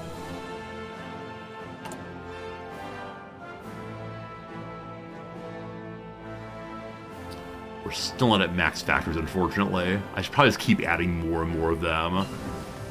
Improved ship torpedo launcher. Glorious. Oh, also we can go look at the Navy line in a moment here. Okay. It is 1941. So if we're going submarine line, I should just keep adding more submarine fun. These are very fast though. Electric torpedo, a lower chance of torpedo reveal. I don't quite know how that works. I don't know what reveal is. So if a torpedo is revealed, does the opposition ship, the target, have a chance to shift around? Possibly. Instead of leaving an easily detectable trail of bubbles. That's very cute. That's very cute. A torpedo in an electrical engine remains practically invisible until it hits. This also means there's no trail leading back to the launching submarine. So lower chance of being detected as well. No bubbles. I'm sorry. Thinking of the word bubbles in a military context is very, very silly to me. But I'm a fan for sure. Hey, Professor on Twitch, would I ever consider playing modded Hearts of Iron? So I've never played a modded version of any Paradox game, except for the one time I traded the Star Trek mod on Stellaris and didn't enjoy it. So in principle, I don't mind the idea of doing a modded playthrough of Hearts of Iron, but I need to learn the basic game first, I think. And I'm still in the process of learning the basic game. Because I want to be able to say, I get Hearts of Iron, and then maybe try the DLCs. Yes, Kaiser Reich is a game I've been encouraged to try over and over again, basically forever. And I don't know. I don't know how that would go. I've heard so many good things, but I just don't know enough about it, unfortunately. London Fallout mod is good also. Yeah, I think Kaiser Reich is a game I'd be happy to play first. A mod I'd be happy to play first. But I don't want to jump into mods prematurely. I really want to make sure that I understand this game fully, and we're just not there yet. Yeah. So what do you all like about Kaiser Reich? I've never looked at it in any great detail, so I don't quite know what comes of it. Oh, wow! I didn't realize that Submarine Line is that cheap. It's only 50 points if we want to go in the direction of... I guess this is submarines are fun. Is that true? Against a stronger naval opponent, we can focus on tying up their fleet and destroying supply lines, starve the war machine. Submarines and everything else get higher detection and organization. That seems important. So I guess this is submarines are fun. There's submarine offensive here also. Kaiser Reich has an alternate history, way more flavor. So what is the alternate history? Like, what is the precipitating incident that distinguishes it? Because I can look it up, I guess, but you all know things, so tell me, please. We now have the SHC, the spies helping our comrades. Germany wins the First World War, the Bolsheviks fail in Russia. Okay, so it remains a Tsardom then. That's really interesting. That's really interesting. Delves into interesting political paths, mechanics that are more flavor than vanilla game. Does the flavor mean there are more like event pop-ups, more choices on the focus trees? Oh, it's not a Tsardom; it's a Republic instead. Oh, interesting.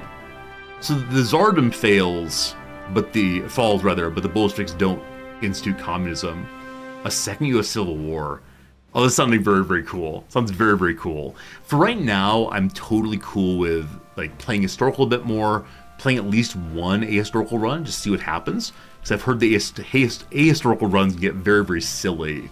But I think it's the case I'd like to try that for a while. And then maybe Kaiser Reich. Maybe next time we come around to Hearts of Iron, we'll try that. We'll see. Alright, in 29 days I can have my first operative. I think I'll choose like some standard Spaniard. Someone who seems loyal to the cause here. At full on fuel, and I'm still not importing any, correct? Yeah, we're trading nothing with nobody. We have a whole bunch of steel, a whole bunch of tungsten. We're barely using any of it. Yeah, we definitely need more military factories to consume more of our resources. For now, they just sit in a pile, waiting for the workers to make them useful. And the workers receive the benefit of their labor. For a brief moment there, I saw a factory had been wounded here. Is someone engaging in, like, spying nonsense? Is someone daring to damage my factories? Huh. Huh. Huh. Maybe. Okay, the Navy has produced a bunch more ships. Also, what a mess. So many fleets. This is another big old cruiser and then 2 destroyers. So big crew joined that. I should probably have a destroyer, like, subfleet maybe. Okay, and you all are subs. So you joined. Are y'all subs? You join the main fleet here. Okay, so this fellow is running this subgroup. This fellow is attempting to run the main fleet. Group y'all up. Subgroup, group y'all up. There's a third fleet that is destroyers and such, probably for patrol. So the one admiral available is a coward. I guess this is a good idea on someone who's doing patrol, so he can run away effectively after he finds things. I need to name my fleets at some point. Maybe. I group them up. Already grouped. Main fleet. Already grouped. Alright, some ships are made. We have more ships coming soon.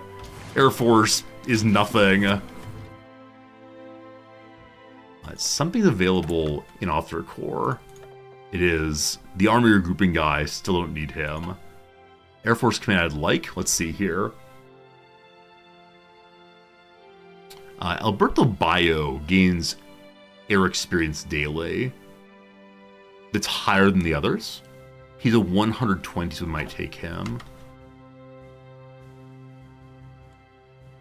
Despite the fact we're playing like a pretty peaceful playthrough after the Civil War here, I feel like at least I'm having a pretty good idea of seeing how the economy builds up. A medium airframe, possibly. How much longer on these starting ships?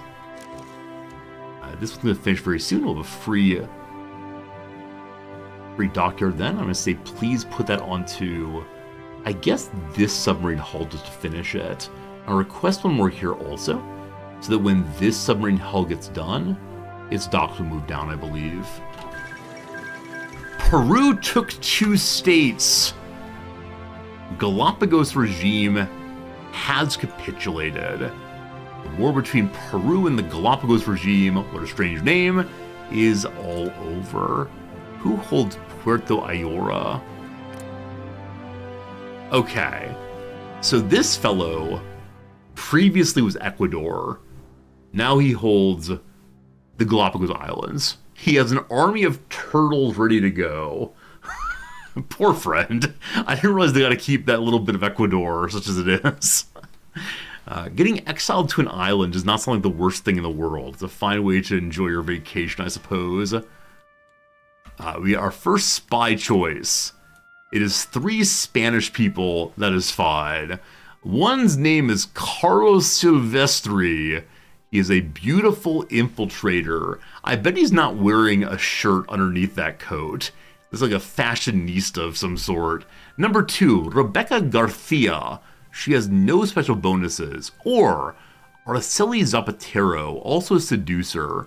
So none of these people have a bonus to defense. I'm going to choose the nice person who's not seductive. She can sit at a desk all day protecting our home. That is fine. Gotta protect our ciphers. Do we have ciphers? I don't think so.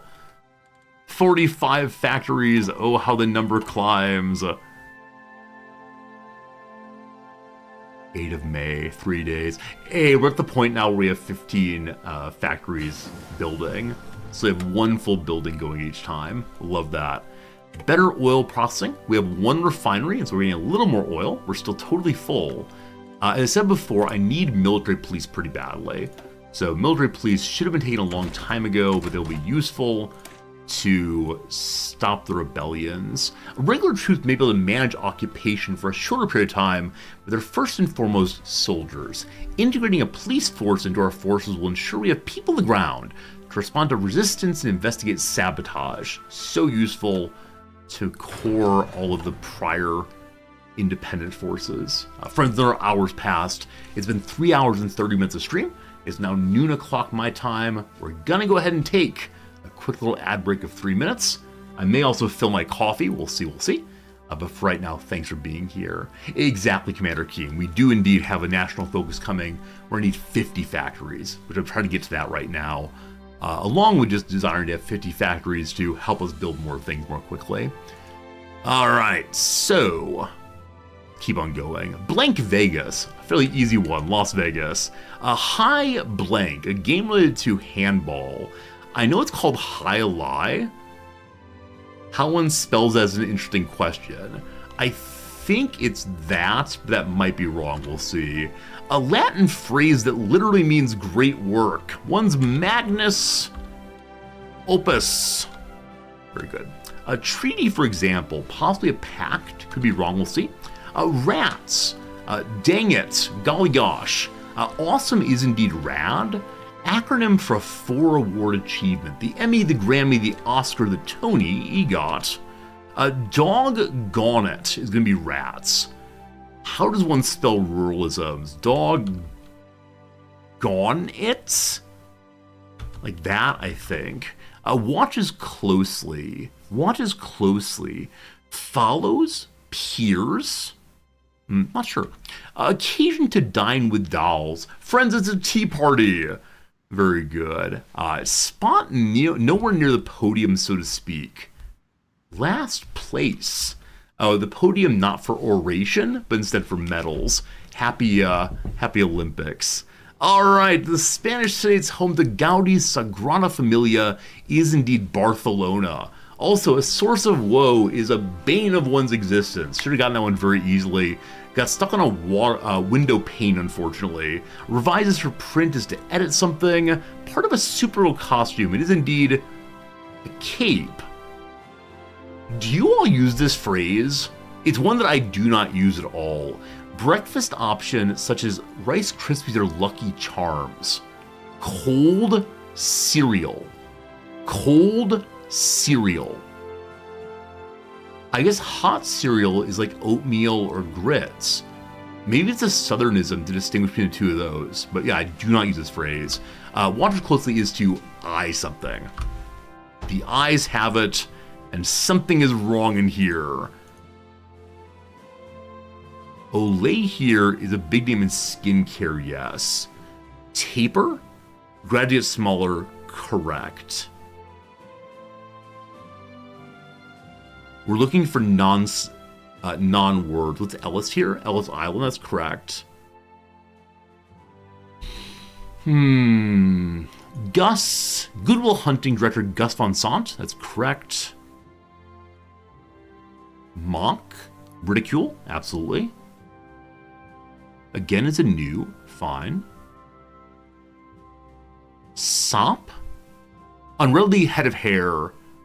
Magnum opus, of course it is. Of course it's magnum opus. I got stuck on Magnus, I don't know why. Magnum opus, of course. I now need to go tell my wife, who's a Latin professor, about my inability to remember magnum opus.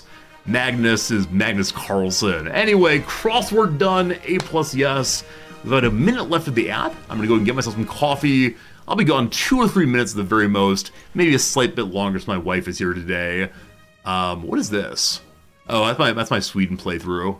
That was pretty bad. Sweden. Also here we have my Australia playthrough. One second. Australia playthrough. I need to keep Australia playthrough. It's the best picture ever. There it is.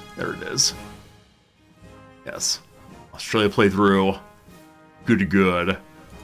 AFK time. Be right back with coffee in hand. I appreciate you so much.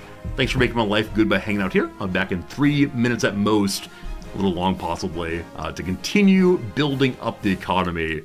In many Paradox games, I'm willing to let the game run while I'm gone. In this one, I don't understand well enough, might all fall apart. BRB.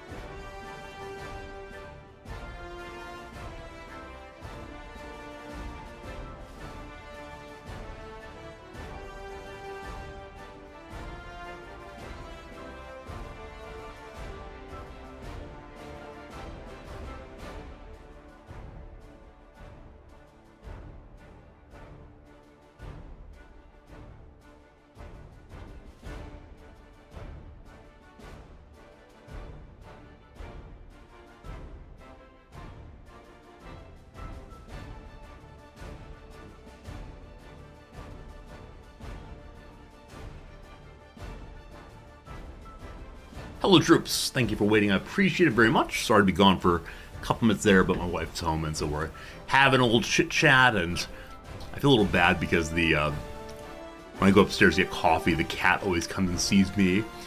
Even though Noms is home today and hanging out and working upstairs, the cat's been ignoring her. So I think she feels a little bad that I show up and suddenly cat time.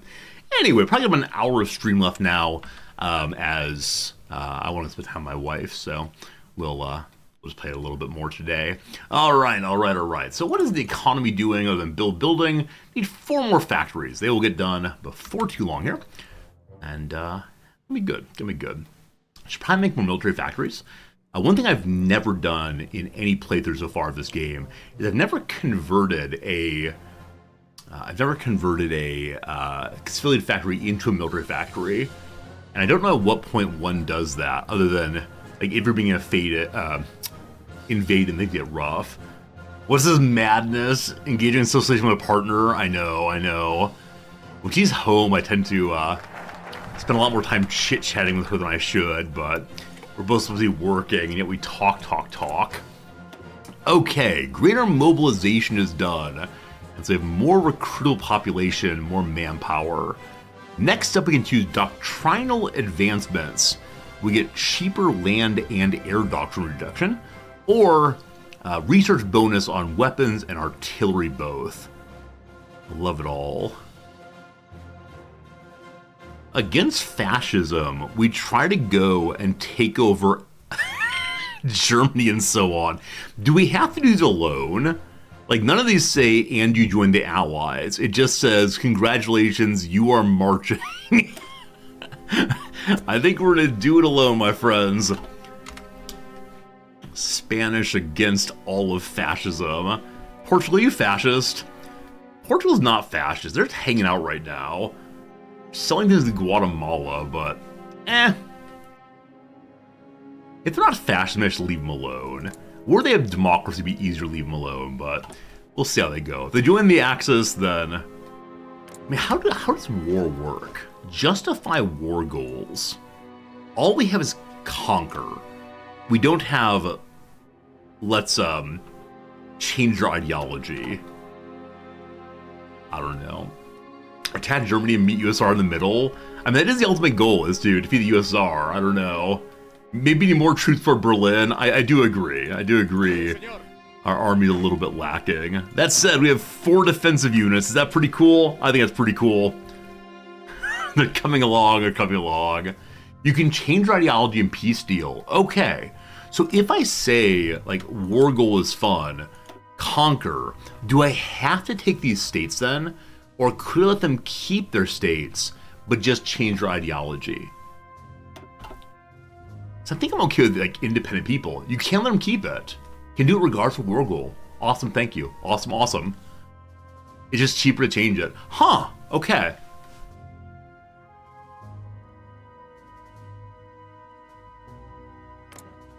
I know nothing about them. They do not have an alliance with anyone. Can I defeat Portugal? I bet I can.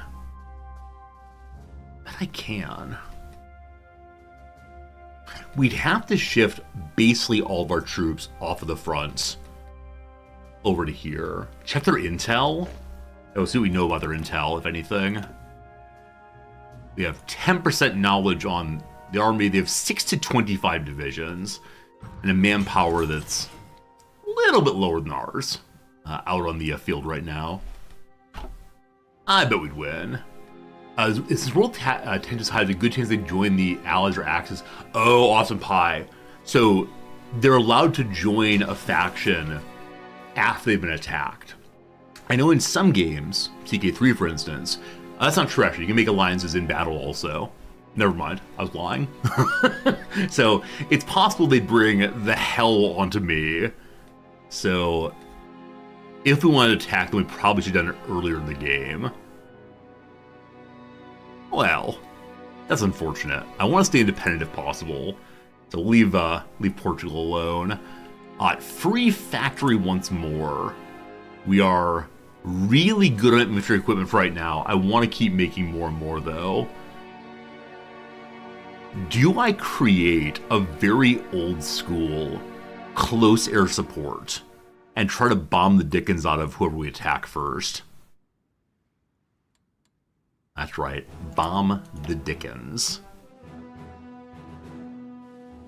Okay, next unlock here's only 50 points in Land Doctrine. Wait, that's not true. We haven't chosen. Oh, we haven't chosen our first one yet. Yes, we have. Over here. Sorry, got lost. So we can unlock another one of these if we want to. Either mechanized offense, more good stuff for tanks and such, or we have the directive infiltration. Leg infantry goes through. Yep. People on the floor always go through. You can get around by pair dropping victory points. So pair droppers into Berlin, possibly? Maybe. Or into Port or Lisbon before they can join a faction. That seems so cheesy, but I do kind of like it. We're lowest on anti-tank and artillery needs help. So more artillery production for now. Not that one. This one.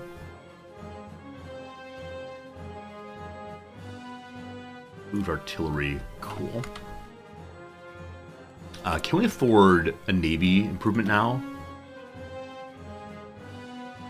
No, these are still 100 in cost. I think it's only Land Doctrine that we can spend half now to expand. You can give me another one of you. You're still only a guy who's useful in actual fighting, so we'll keep saving our points, I guess. What would I like to have right now? What would be cheaper or cause cheapness currently? Nothing. I guess logistics would help to stop the attrition in the mountains, but that's 100 points. We'll have in a moment, 100 points. We can still make a new industrial concern at 150. Electronics research, industrial research, synthetic research, infrastructure construction. I think electronics makes sense to be able to unlock more research more quickly, probably. We'll save for 150 points to get that. Alright.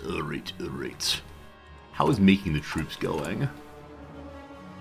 Almost ready on the...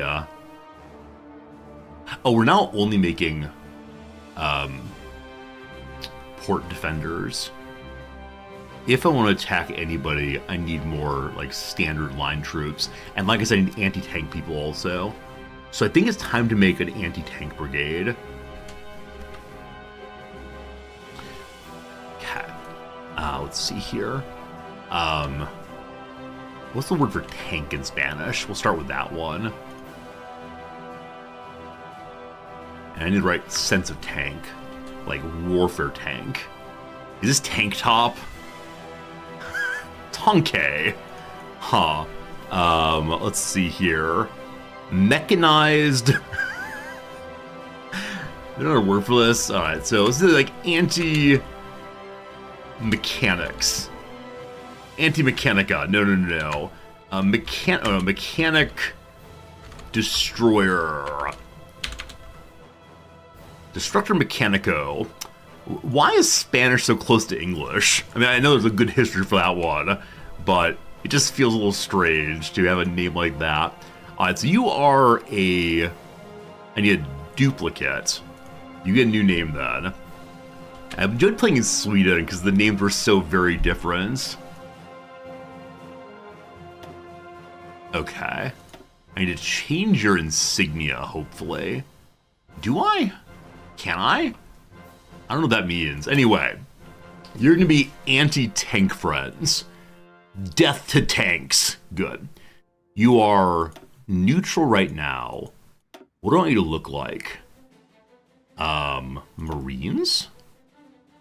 What do you look like? What are you called at least? No Republicans allowed. Anarchist brigades. Where's like the People's Brigade? There we go. Alright, so I want you to be... I can't afford anything. I just spent all of the money, all the army experience on upgrading to better assault. Well, someday the tank units will get made. Just not today, apparently. Shame, shame, shame. Must save more. I can train my defensive troops. That gets more points. We do have quite a few basic weapons, so good stuff. España contra la Máquina, Spain against the machine. Spain against the machine is an amazing name, and I appreciate your thinking of that. 47 factories! We're so close. Gonna be good. We have all the resources we need. We're full up on fuel. If we were actually rolling around, we'd be consuming a total of about 7,000. We are gaining 144 fuel a day. That is not very much. So we cannot support our own fuel usage if we push out additional Navy funds. Speaking of which, we have a new ship. What is it? It's an old destroyer. You join the destroyer fleets. Go ahead and link these two up, please. Glorious. I need to change the insignias on these probably. They mean nothing to me. I can see the sub at least, thank goodness. The green one is the Grand Fleet. Okay, I can do this one. El Floto Grando. Perfect. I want to change your insignia also. Is that here? Yes. You're going to be bright yellow because you are the flag fleet. Kind of burnish, unfortunately. Good enough. And is there like a important thing marker? The Glorious Dolphin. Is there a star possibly? More construction, more amazing. That's like an explosion. We're going to call it a star though. Alright, the Starred Fleet. Next up we need to have a submarine fleet. Hey, Blue Moon. Spanish Commune is becoming nicely industrialized. It's slow going, that's okay. I'm going to say that the fleet that is... Yeah, our submarines will be the blackest of blacks, and they mean death. And then the patrol fleet, such as it is... I like the purple very much. This is an eyeball. We watch stuff with the patrol fleet. Nice. Alright, more defensive units. Join this group. So, some of our ports are held, but not all of them yet. I believe my defensive group is set up on defend... Where is it? Yeah, defend victory points and naval bases and coastlines and air bases and forts and railways. That's a little bit much, I think. But I don't know what to prefer right now, so let's keep on building stuff. Military fleet's almost done. We researched more construction. I know we need to start saving more fuel, if possible. So this causes more fuel gain. Where is fuel storage?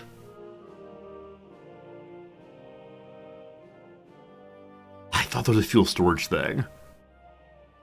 Oh, it's actually a separate building, isn't it? Separate building you build. That's right, it's supposed to be buildings you don't build. Fuel storage, there it is. As plus 100k. I'm assuming it's Kelvin. I know it's not, don't worry. Glorious. Glorious, glorious.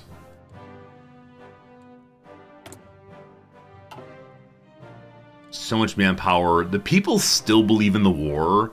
They recognize deep in their heart that the war for our ideology will never end until every man, woman, and child is liberated, and on that glorious day, etc., etc. Japan has declared war on the Philippines. Well, U.S., let me not get you involved. They're attacking your interests in the Far East. But no. Hey! I had no idea. There's no more desire for democracy. There's a very small anarchist population left. But people are all about the party. Hey! That's fantastic. That's really, really nice. I am pleased. It's the Philippines on fire now, not our issue. I was thinking of doing something weird that I don't know. Oh! This is surprising. Icelandic-American cooperation. So in this playthrough, Iceland has not declared neutrality. In a somewhat surprising move, the American government has declared Iceland to be within their sphere of interest, and upon a request from the Icelandic government, it has agreed to commit troops to protection of Iceland. All Icelandic foreign politics are managed by the American government now, turning Iceland into a de facto American puppet state. Iceland's so cool. It has such a small population. I always enjoy reading little stories about that. All pretty good. Doctrinal advancement go. Also better industry go. Doctrinal advancement did what again? Cheaper land, cheaper air. A+, yes. Okay. The things we can take here is let's go fight the fascists. And while I love that, it's just not the time for that. Beacon of Socialism, we still need to have 3 more factories. So I believe it's the case there's nothing else I can unlock until we get 50 factories. Because we are not quite communist enough and not quite anarchist enough to branch out anymore in either direction.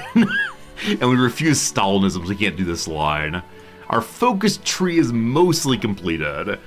The end state of the game is, who do you want to fight? It's only 1941. We got some time. We're going to be saving PP, though, because of that. Good old PP. At 41, we can get better assembly production lines to get more weapons more quickly. So I can, if I want to, choose one of the ones down here, but I'm going to save the political power right now until I do what? Yeah, start a new company, I guess, first thing. Like I said, electronics go. So more electronics research speed. Lovely. We'll be researching more research soon. And we're saving up army experience points to increase our tank divisions one of these days. The fall of Manila. Manila, capital of the Philippines, has fallen to the Japanese after the withdrawal of its American and Filipino defenders. The entrance to the strategically vital Manila Bay remained contested for some time after the city's fall due to the heavy concentration of American coastal artillery on the Corregidor Island, but the guns eventually fell silent after a concerted Japanese attack. With Manila under Japanese control, the rest of the Philippines are expected to follow shortly after. This is a stinging defeat for American forces in Asia and the Pacific. Poor them. I can't choose Arm the Tide? Oh, I thought I'd taken already. Thank you for having eyes, Yandu. It was flashing at me, I didn't notice. Without adequate equipment, the individual zeal of the socialist worker cannot succeed in battle. We'll give them the tools of warfare they need. Further arm the infantry. Fantastic. -0 political power. That seems pretty bad. Now +0. Very good, very good.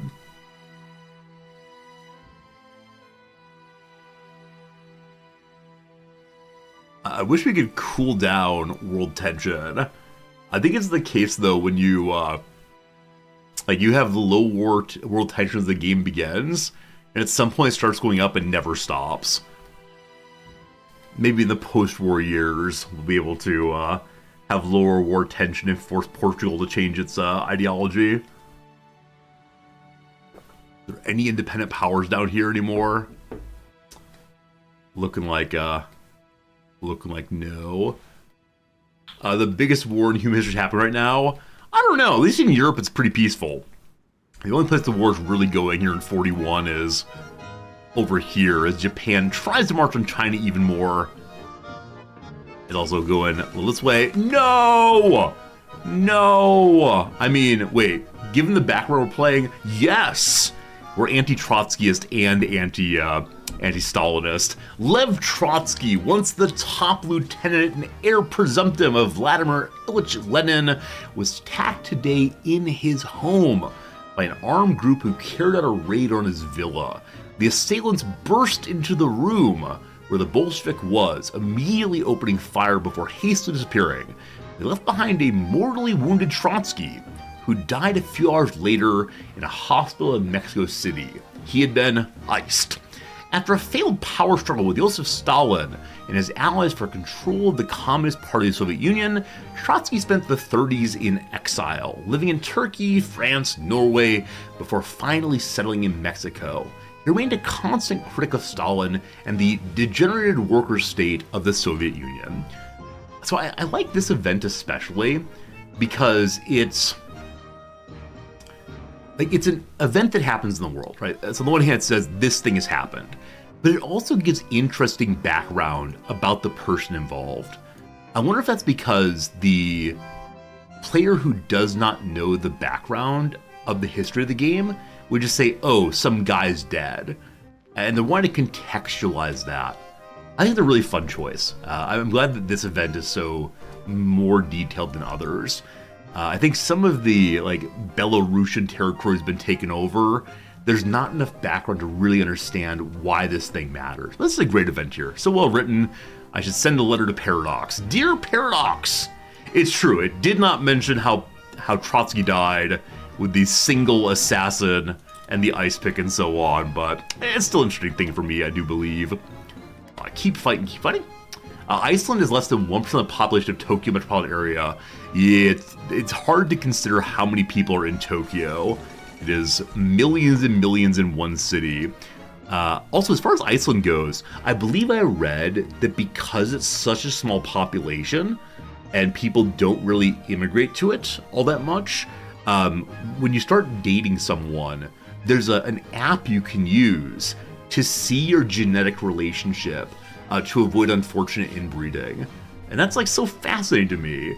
There's an attempt to, there are few enough people that can do that kind of work. Imagining Tokyo, obviously we're all different in different ways. As a white guy, I'm clearly not going to be interbreeding with Japanese people. Probably an urban myth. Is it? Is it? Okay, well, I've seen it on Reddit many times. Let's see. Iceland dating app genetics. Kissing cousins? Icelandic app warns if your date's a relative. This is from CBC, the Canadian broadcast company. It's from the Associated Press. As much as many of us want to yell fake news, if anyone's telling the truth, the Associated Press has got to be. They're pretty neutral. So we see here the Islandia app, the app of Icelanders, lets users bump phones with their date and emits a warning alarm if they're closely related. See, this sounds amazing. Hey, Svalbardi, thank you for the resub, Fred. Thanks for your Prime sub here. I don't know, team. The app was created by 3 University of Iceland software engineering students for creative new use of the Islandabók, or Book of Icelanders, an online database of residents and their family trees stretching back 1,200 years. This seems plausible. I mean, it seems like true, actually. Let's see. Can we find anything about the actual app? It is an old article, so at one point it was allegedly true.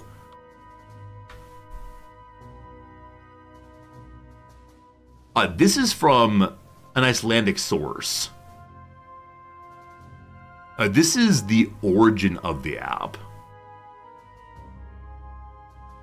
Okay, maybe it's not used anymore, but at one point it existed.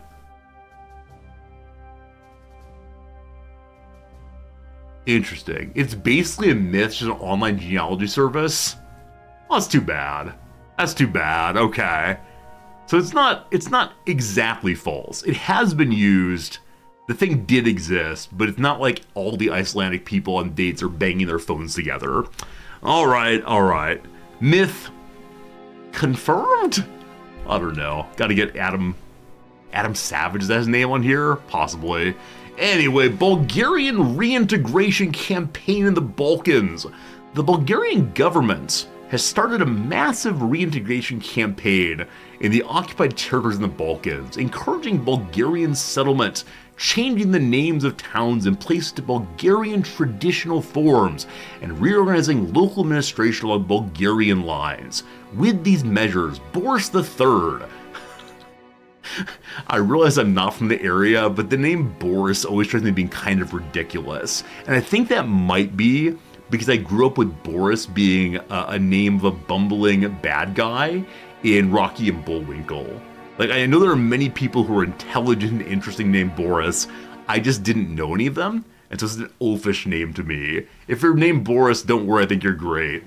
Alright, hopes to demonstrate the Bulgarian nature of these regions and legitimize future annexation by Bulgaria. How bold, how wonderful. We have military police. Okay, so, most important thing in Raid military police is to get them in the garrisons trying to hold the rebelling nations. You've missed today what's Spain's war goal. My war goal is to get my economy functioning enough so I can march on Berlin. Yeah, we're becoming anti-fascist now. We're going to bash the fash. While not joining the Allies. We'll see. We'll see. Okay, so as garrison youth, I'm using Division de Caballera. If I give you military police, that gives a lot more suppression. I believe suppression is suppressing rebellion. Ability to suppress local resistance. Yep. I think I'll only add the one. Cool. And I have no idea what we need to have military police join those groups. They should have updated immediately. So if I go to the occupation page, yeah, the garrisons are showing. Are they showing they're changing? I see arrows back and forth. Does arrow back and forth mean good thing? Well, we'll see. We'll see if the police show up. Hopefully they do. Alright, more research. We just unlocked a Let's Do Electronics company. So, engineering is 1941. A mechanical range keeper or better radar station. We have one radar built along the border here, I believe. Also, upgrade to our infantry line. Alright, so I think we've only chosen fewer resources being used for support equipment. We could next go with production becomes better but more expensive, or make it cheaper. As always, make it more expensive but produce more ultimately.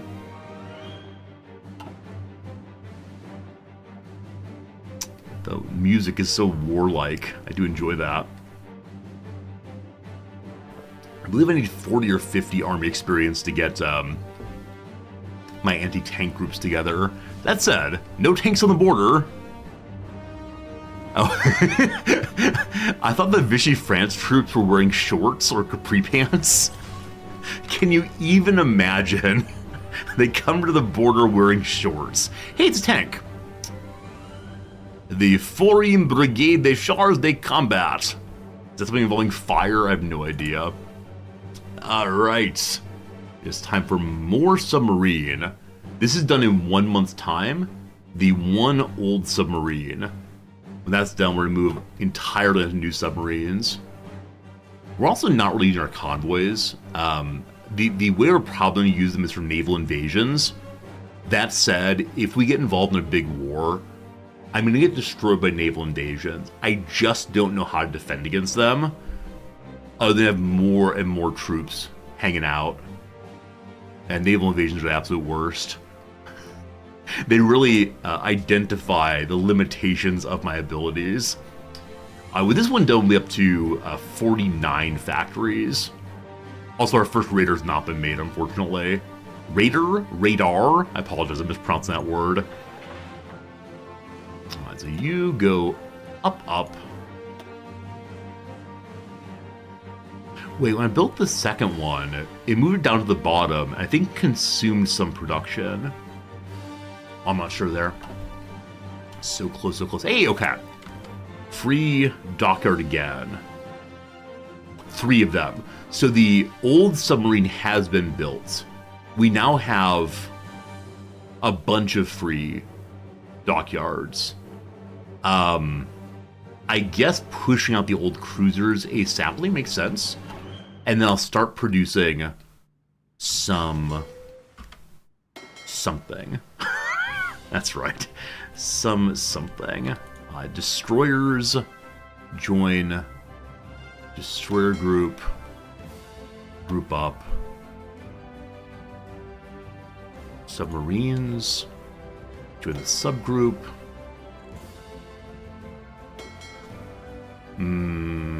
These are destroyers. Group those. Destroyers go here. And then you 2 group up again. Lovely. You blame the English language for all the mispronunciations, too many vowels, not vowel letters. It's true, we don't have enough diacritics, right? We don't have marks over top of the vowels say, here's how this one goes. It's obviously loud. And so I see a diacritic, I'm like, I've got no idea. But no, I recognize my mispronunciations are legion, and I'm always very grateful that people hang out with me despite my inability to read anything other than English. And even then I mispronounce English at times, largely for jokes to myself. Finland is going for the Soviet Union again. What's going on, Finland? What does Finland want? And the German... Oh, okay, this is the Reich attack the Soviet Union. So Finland is coming as well from the north. They want Leningrad. And the Germans have broken a treaty. The Finnish Continuation War. They're going to finish what they started. Following their defeat in the previous war, that's not true, against the Soviet government, the Finnish people have now mobilized and stand ready to reclaim their territories they lost and liberate the Finnish and Karelian people from foreign oppression as a spiritual successor to the Finnish War for Independence and Heimostodats. Yet another puppet of Adolf Hitler joins the war. Is that true? Are you collaborators? Collaboration. Collaboration.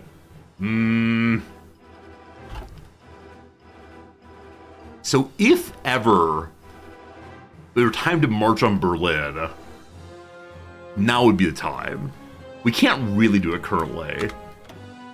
Like, currently we are, what's the phrase? Pretty weak.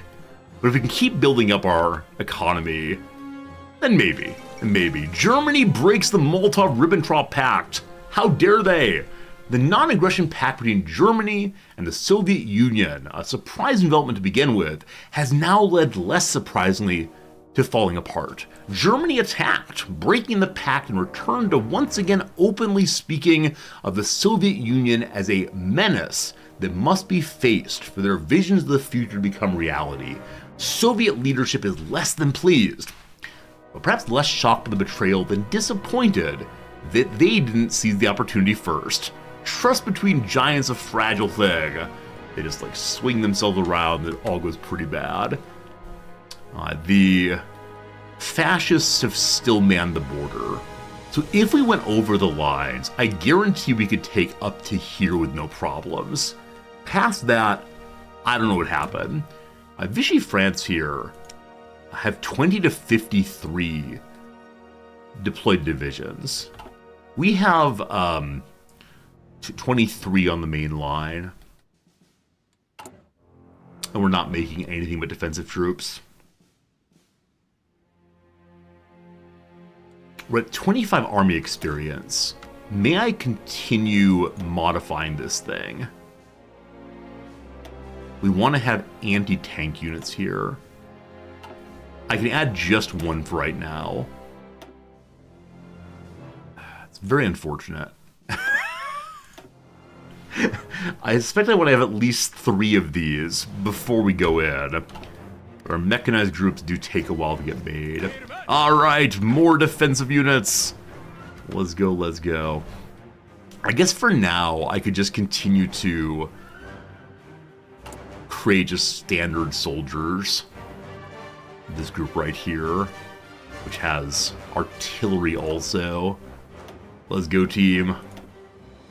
Plenty of manpower. Let's go, let's go. Artillery is king of Heart of Iron.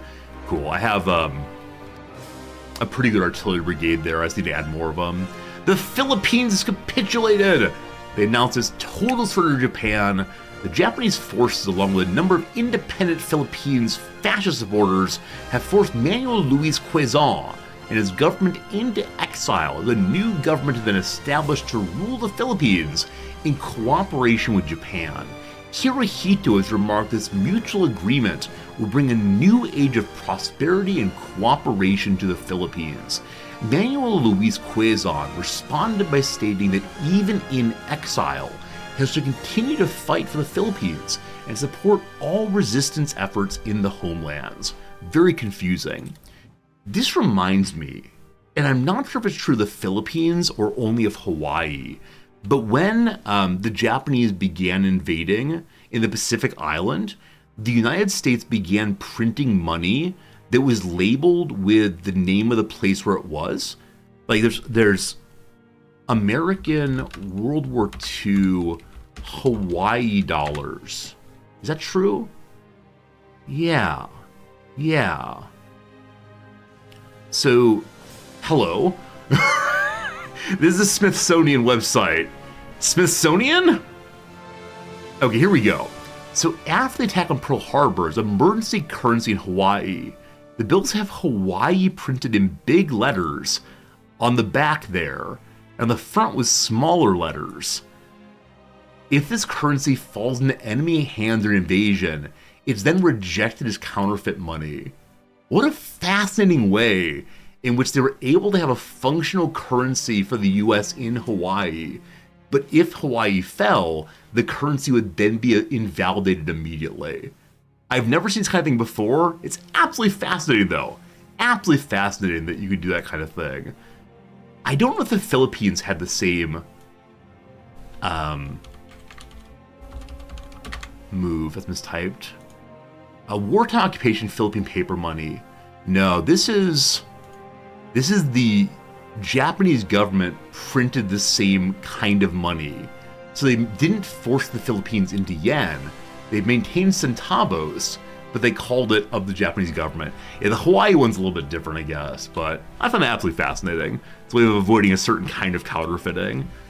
It's one of these, we fight wars not just with rifles on the battlefield, but also with thoughtfulness and cleverness and all the rest. I think it's pretty great. I wonder how logistics are looking. Yeah, I really need to push more trucks if I want good logistics lines to push us forward. So, how are we doing making trucks right now? We have a stockpile of 700. That's not very many. The infantry equipment is currently going to the military police, I believe, throughout my territory. With that in mind, how close are you all to accepting my authority? 24! We got to get to 40 on all of these. How about the other ones? So here, they're at 24 also. Seems like everyone's at 24. So once all those are up to 40, we'll then need a whole bunch of points to bring everyone in again. And each of these is going to take some weapons. Each is going to harm my army experience, and also is going to temporarily harm our manpower. That said, they will allow us to have more factory, more good. Japan is fighting the Dutch East Indies. So strange, so strange, so strange. And Dutch East Indies is a nice little trade company. You got nothing going out there. Arm the Tide, good to go. Electric Torpedo, also good to go. And Japan is painting through here. There you go, friends. October of 41, the United States has joined the Allies. I sure did think they would wait for Pearl Harbor. Actually, is Pearl Harbor in the game? Isn't it an event that happens? I know there's some elements of World War II that are or not World War II, the era of the war, that are intentionally suppressed because they're horrifying and things that gamers don't want to deal with, or maybe some do, but they want to avoid critique perhaps. Is Pearl Harbor not in the game? You, my battleship makers, have so far chosen battleships more expensive, but more armor. Lower torpedo critical chances, anti-air fun, light attack, or capital ship bonus. So these things don't really affect my beloved submarines, but we can lower our chance of destruction. The Japanese get a small related buff for Pearl Harbor. This is not a pop-up event though, like Trotsky being assassinated. I see. If I go to Japan then, hello Hirohito, lovely seeing you as always. Tora. After initial blow, the Japanese are embarking on an aggressive lightning campaign with their carrier forces. I'm guessing that Tora is Pearl Harbor. No, Pearl Harbor is a sandbox game. Too hard for them to force ships in the area. I see. Yeah, I thought for historical mode it might be one of those clear things. Japan has interesting gameplay. You can go full democratic. Well, that's pretty cool. Yeah, I'm planning to have US be my next playthrough, but I do wonder how Japan would play. As I said before, there are like 20 or 30 unique focus trees, and I want to play all of them. I want to learn every one. And as you know, inside the focus tree, there are so many ways you can go. Right? There are at least 4 fairly distinct playthroughs just in Spain. It's amazing. Tora is an amazing movie. I've never seen it, no, at all, unfortunately. Back in the early days of Hearts of Iron 4, the US had a focus to declare war on Japan, which required having ships in Hawaii. Okay, I see how they're using ships in Hawaii as a way of thinking about Pearl Harbor. Interesting, thank you. We've armed the tide now, so faster research on all things infantry. Love it. No matter what parts game you play, Japan gets interesting gameplay. I'm so hoping that we get a Japan DLC for Victoria 3. It'd be great. One more factory. If we take against fascism, we gain war goals against Germany. Now, if you have war goals against someone, does that make them more likely to attack you? Or is it okay to take this one and nothing bad will happen to us? We can also just wait a little bit until we finish one more factory. It'll be done in... it'll be done in just a few days. We can wait. They'll guard the border then, maybe no change. All right, thank you, Austin. Thank you, Labrador. Thank you all for knowing things. And thank you for being, not terribly backseaty. The first, second, and third day that I played this game, chat was really backseaty because I had no idea what I was doing. One viewer said an amazing line, which is like watching a brand new player is simultaneously so entertaining and so enraging. And I found that delightful. I think now that I've become somewhat competent, people are a little bit less backseaty, except there's always a great desire to see me build tanks. I keep saying, just can't do it. We're ahead of time on these by a quarter year. It don't matter. The EMP Corona is coming with us. Better assault weapon, better good. I love it. Gonna make so many more guns, unfortunately. Officer Corps wants someone here. Still no. Theorist would be nice, but still no. I gotta say that the Hearts of Iron 4 directory on both Twitch and on YouTube is in very cool people. So all of you who have joined recently, thank you for being on the whole very cool people. Someday we'll stop playing this game after probably another week or so. And on that day it'll be a sad day because I'll say goodbye for many of you, but I do think that Hearts of Iron is an underserved directory on Twitch. Occasionally new streamers come to me and say how does one build an audience? And there's lots of ways to do it, of course. It's very hard at times. But I always say, this is a game not enough people are playing. I think Hearts of Iron is one of them. I think it's a game that really people enjoy watching, which is pretty cool. It's time, friends. More factories than 50? It's not 50 inclusive. It's not 50 inclusive. We have to have one more factory. We're going against fascism. That's fine. That is the goal. We'll probably destroy our playthrough by trying to fight fascism, but it'll be a beautiful moment, right? Which is Jameson's great phrase. You've heard, try again. No, try and fail. Try again. Fail better. This is about our failure to spread our ideology across the world, but it's okay. There's a lot more backseating possibilities in the frontline system. Oh yeah, my ability to actually make my army go in the right place is still deeply questionable, but it's functional. I'm good enough to get the wars done, and I feel good about that. But yeah, there's still a lot more you need to learn about how to use what's it called, like spear and so on.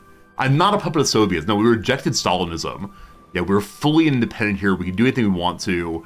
We eventually do want to destroy the Soviet Union, but we'll see how it goes. Wibble, you don't think Hearts of Iron works for a lot of streamers? Why is that? I know that it's definitely true that there are some streamers who can make some games fun and other ones being kind of boring. What is the change there for you?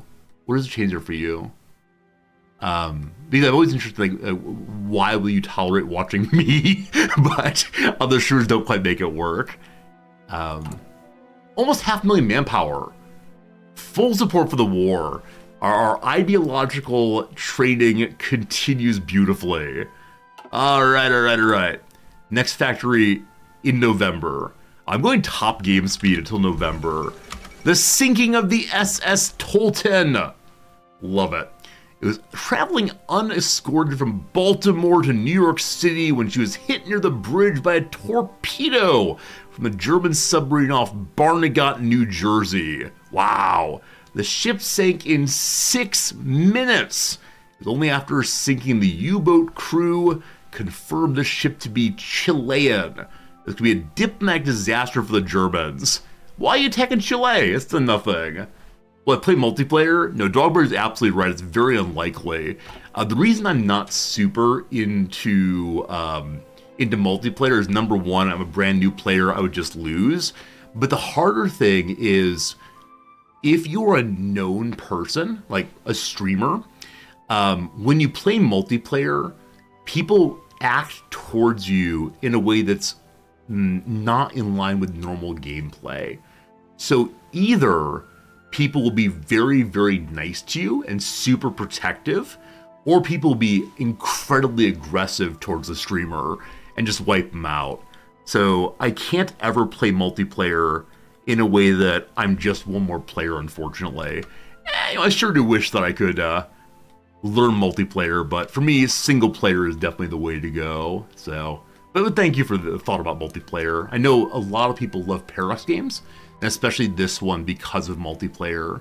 But I myself am afraid. I think actually the correct phrase, I'm afraid of multiplayer. So I don't know. You're talking about multiplayer games with other Hearts of Iron 4 streamers. I think the response to that one is I'm just bad at it. Like really insincerely. I'm guessing they've played thousands of hours, and I'm over here just pushing buttons. Like any person who has thousands of hours in this game just get wrecked.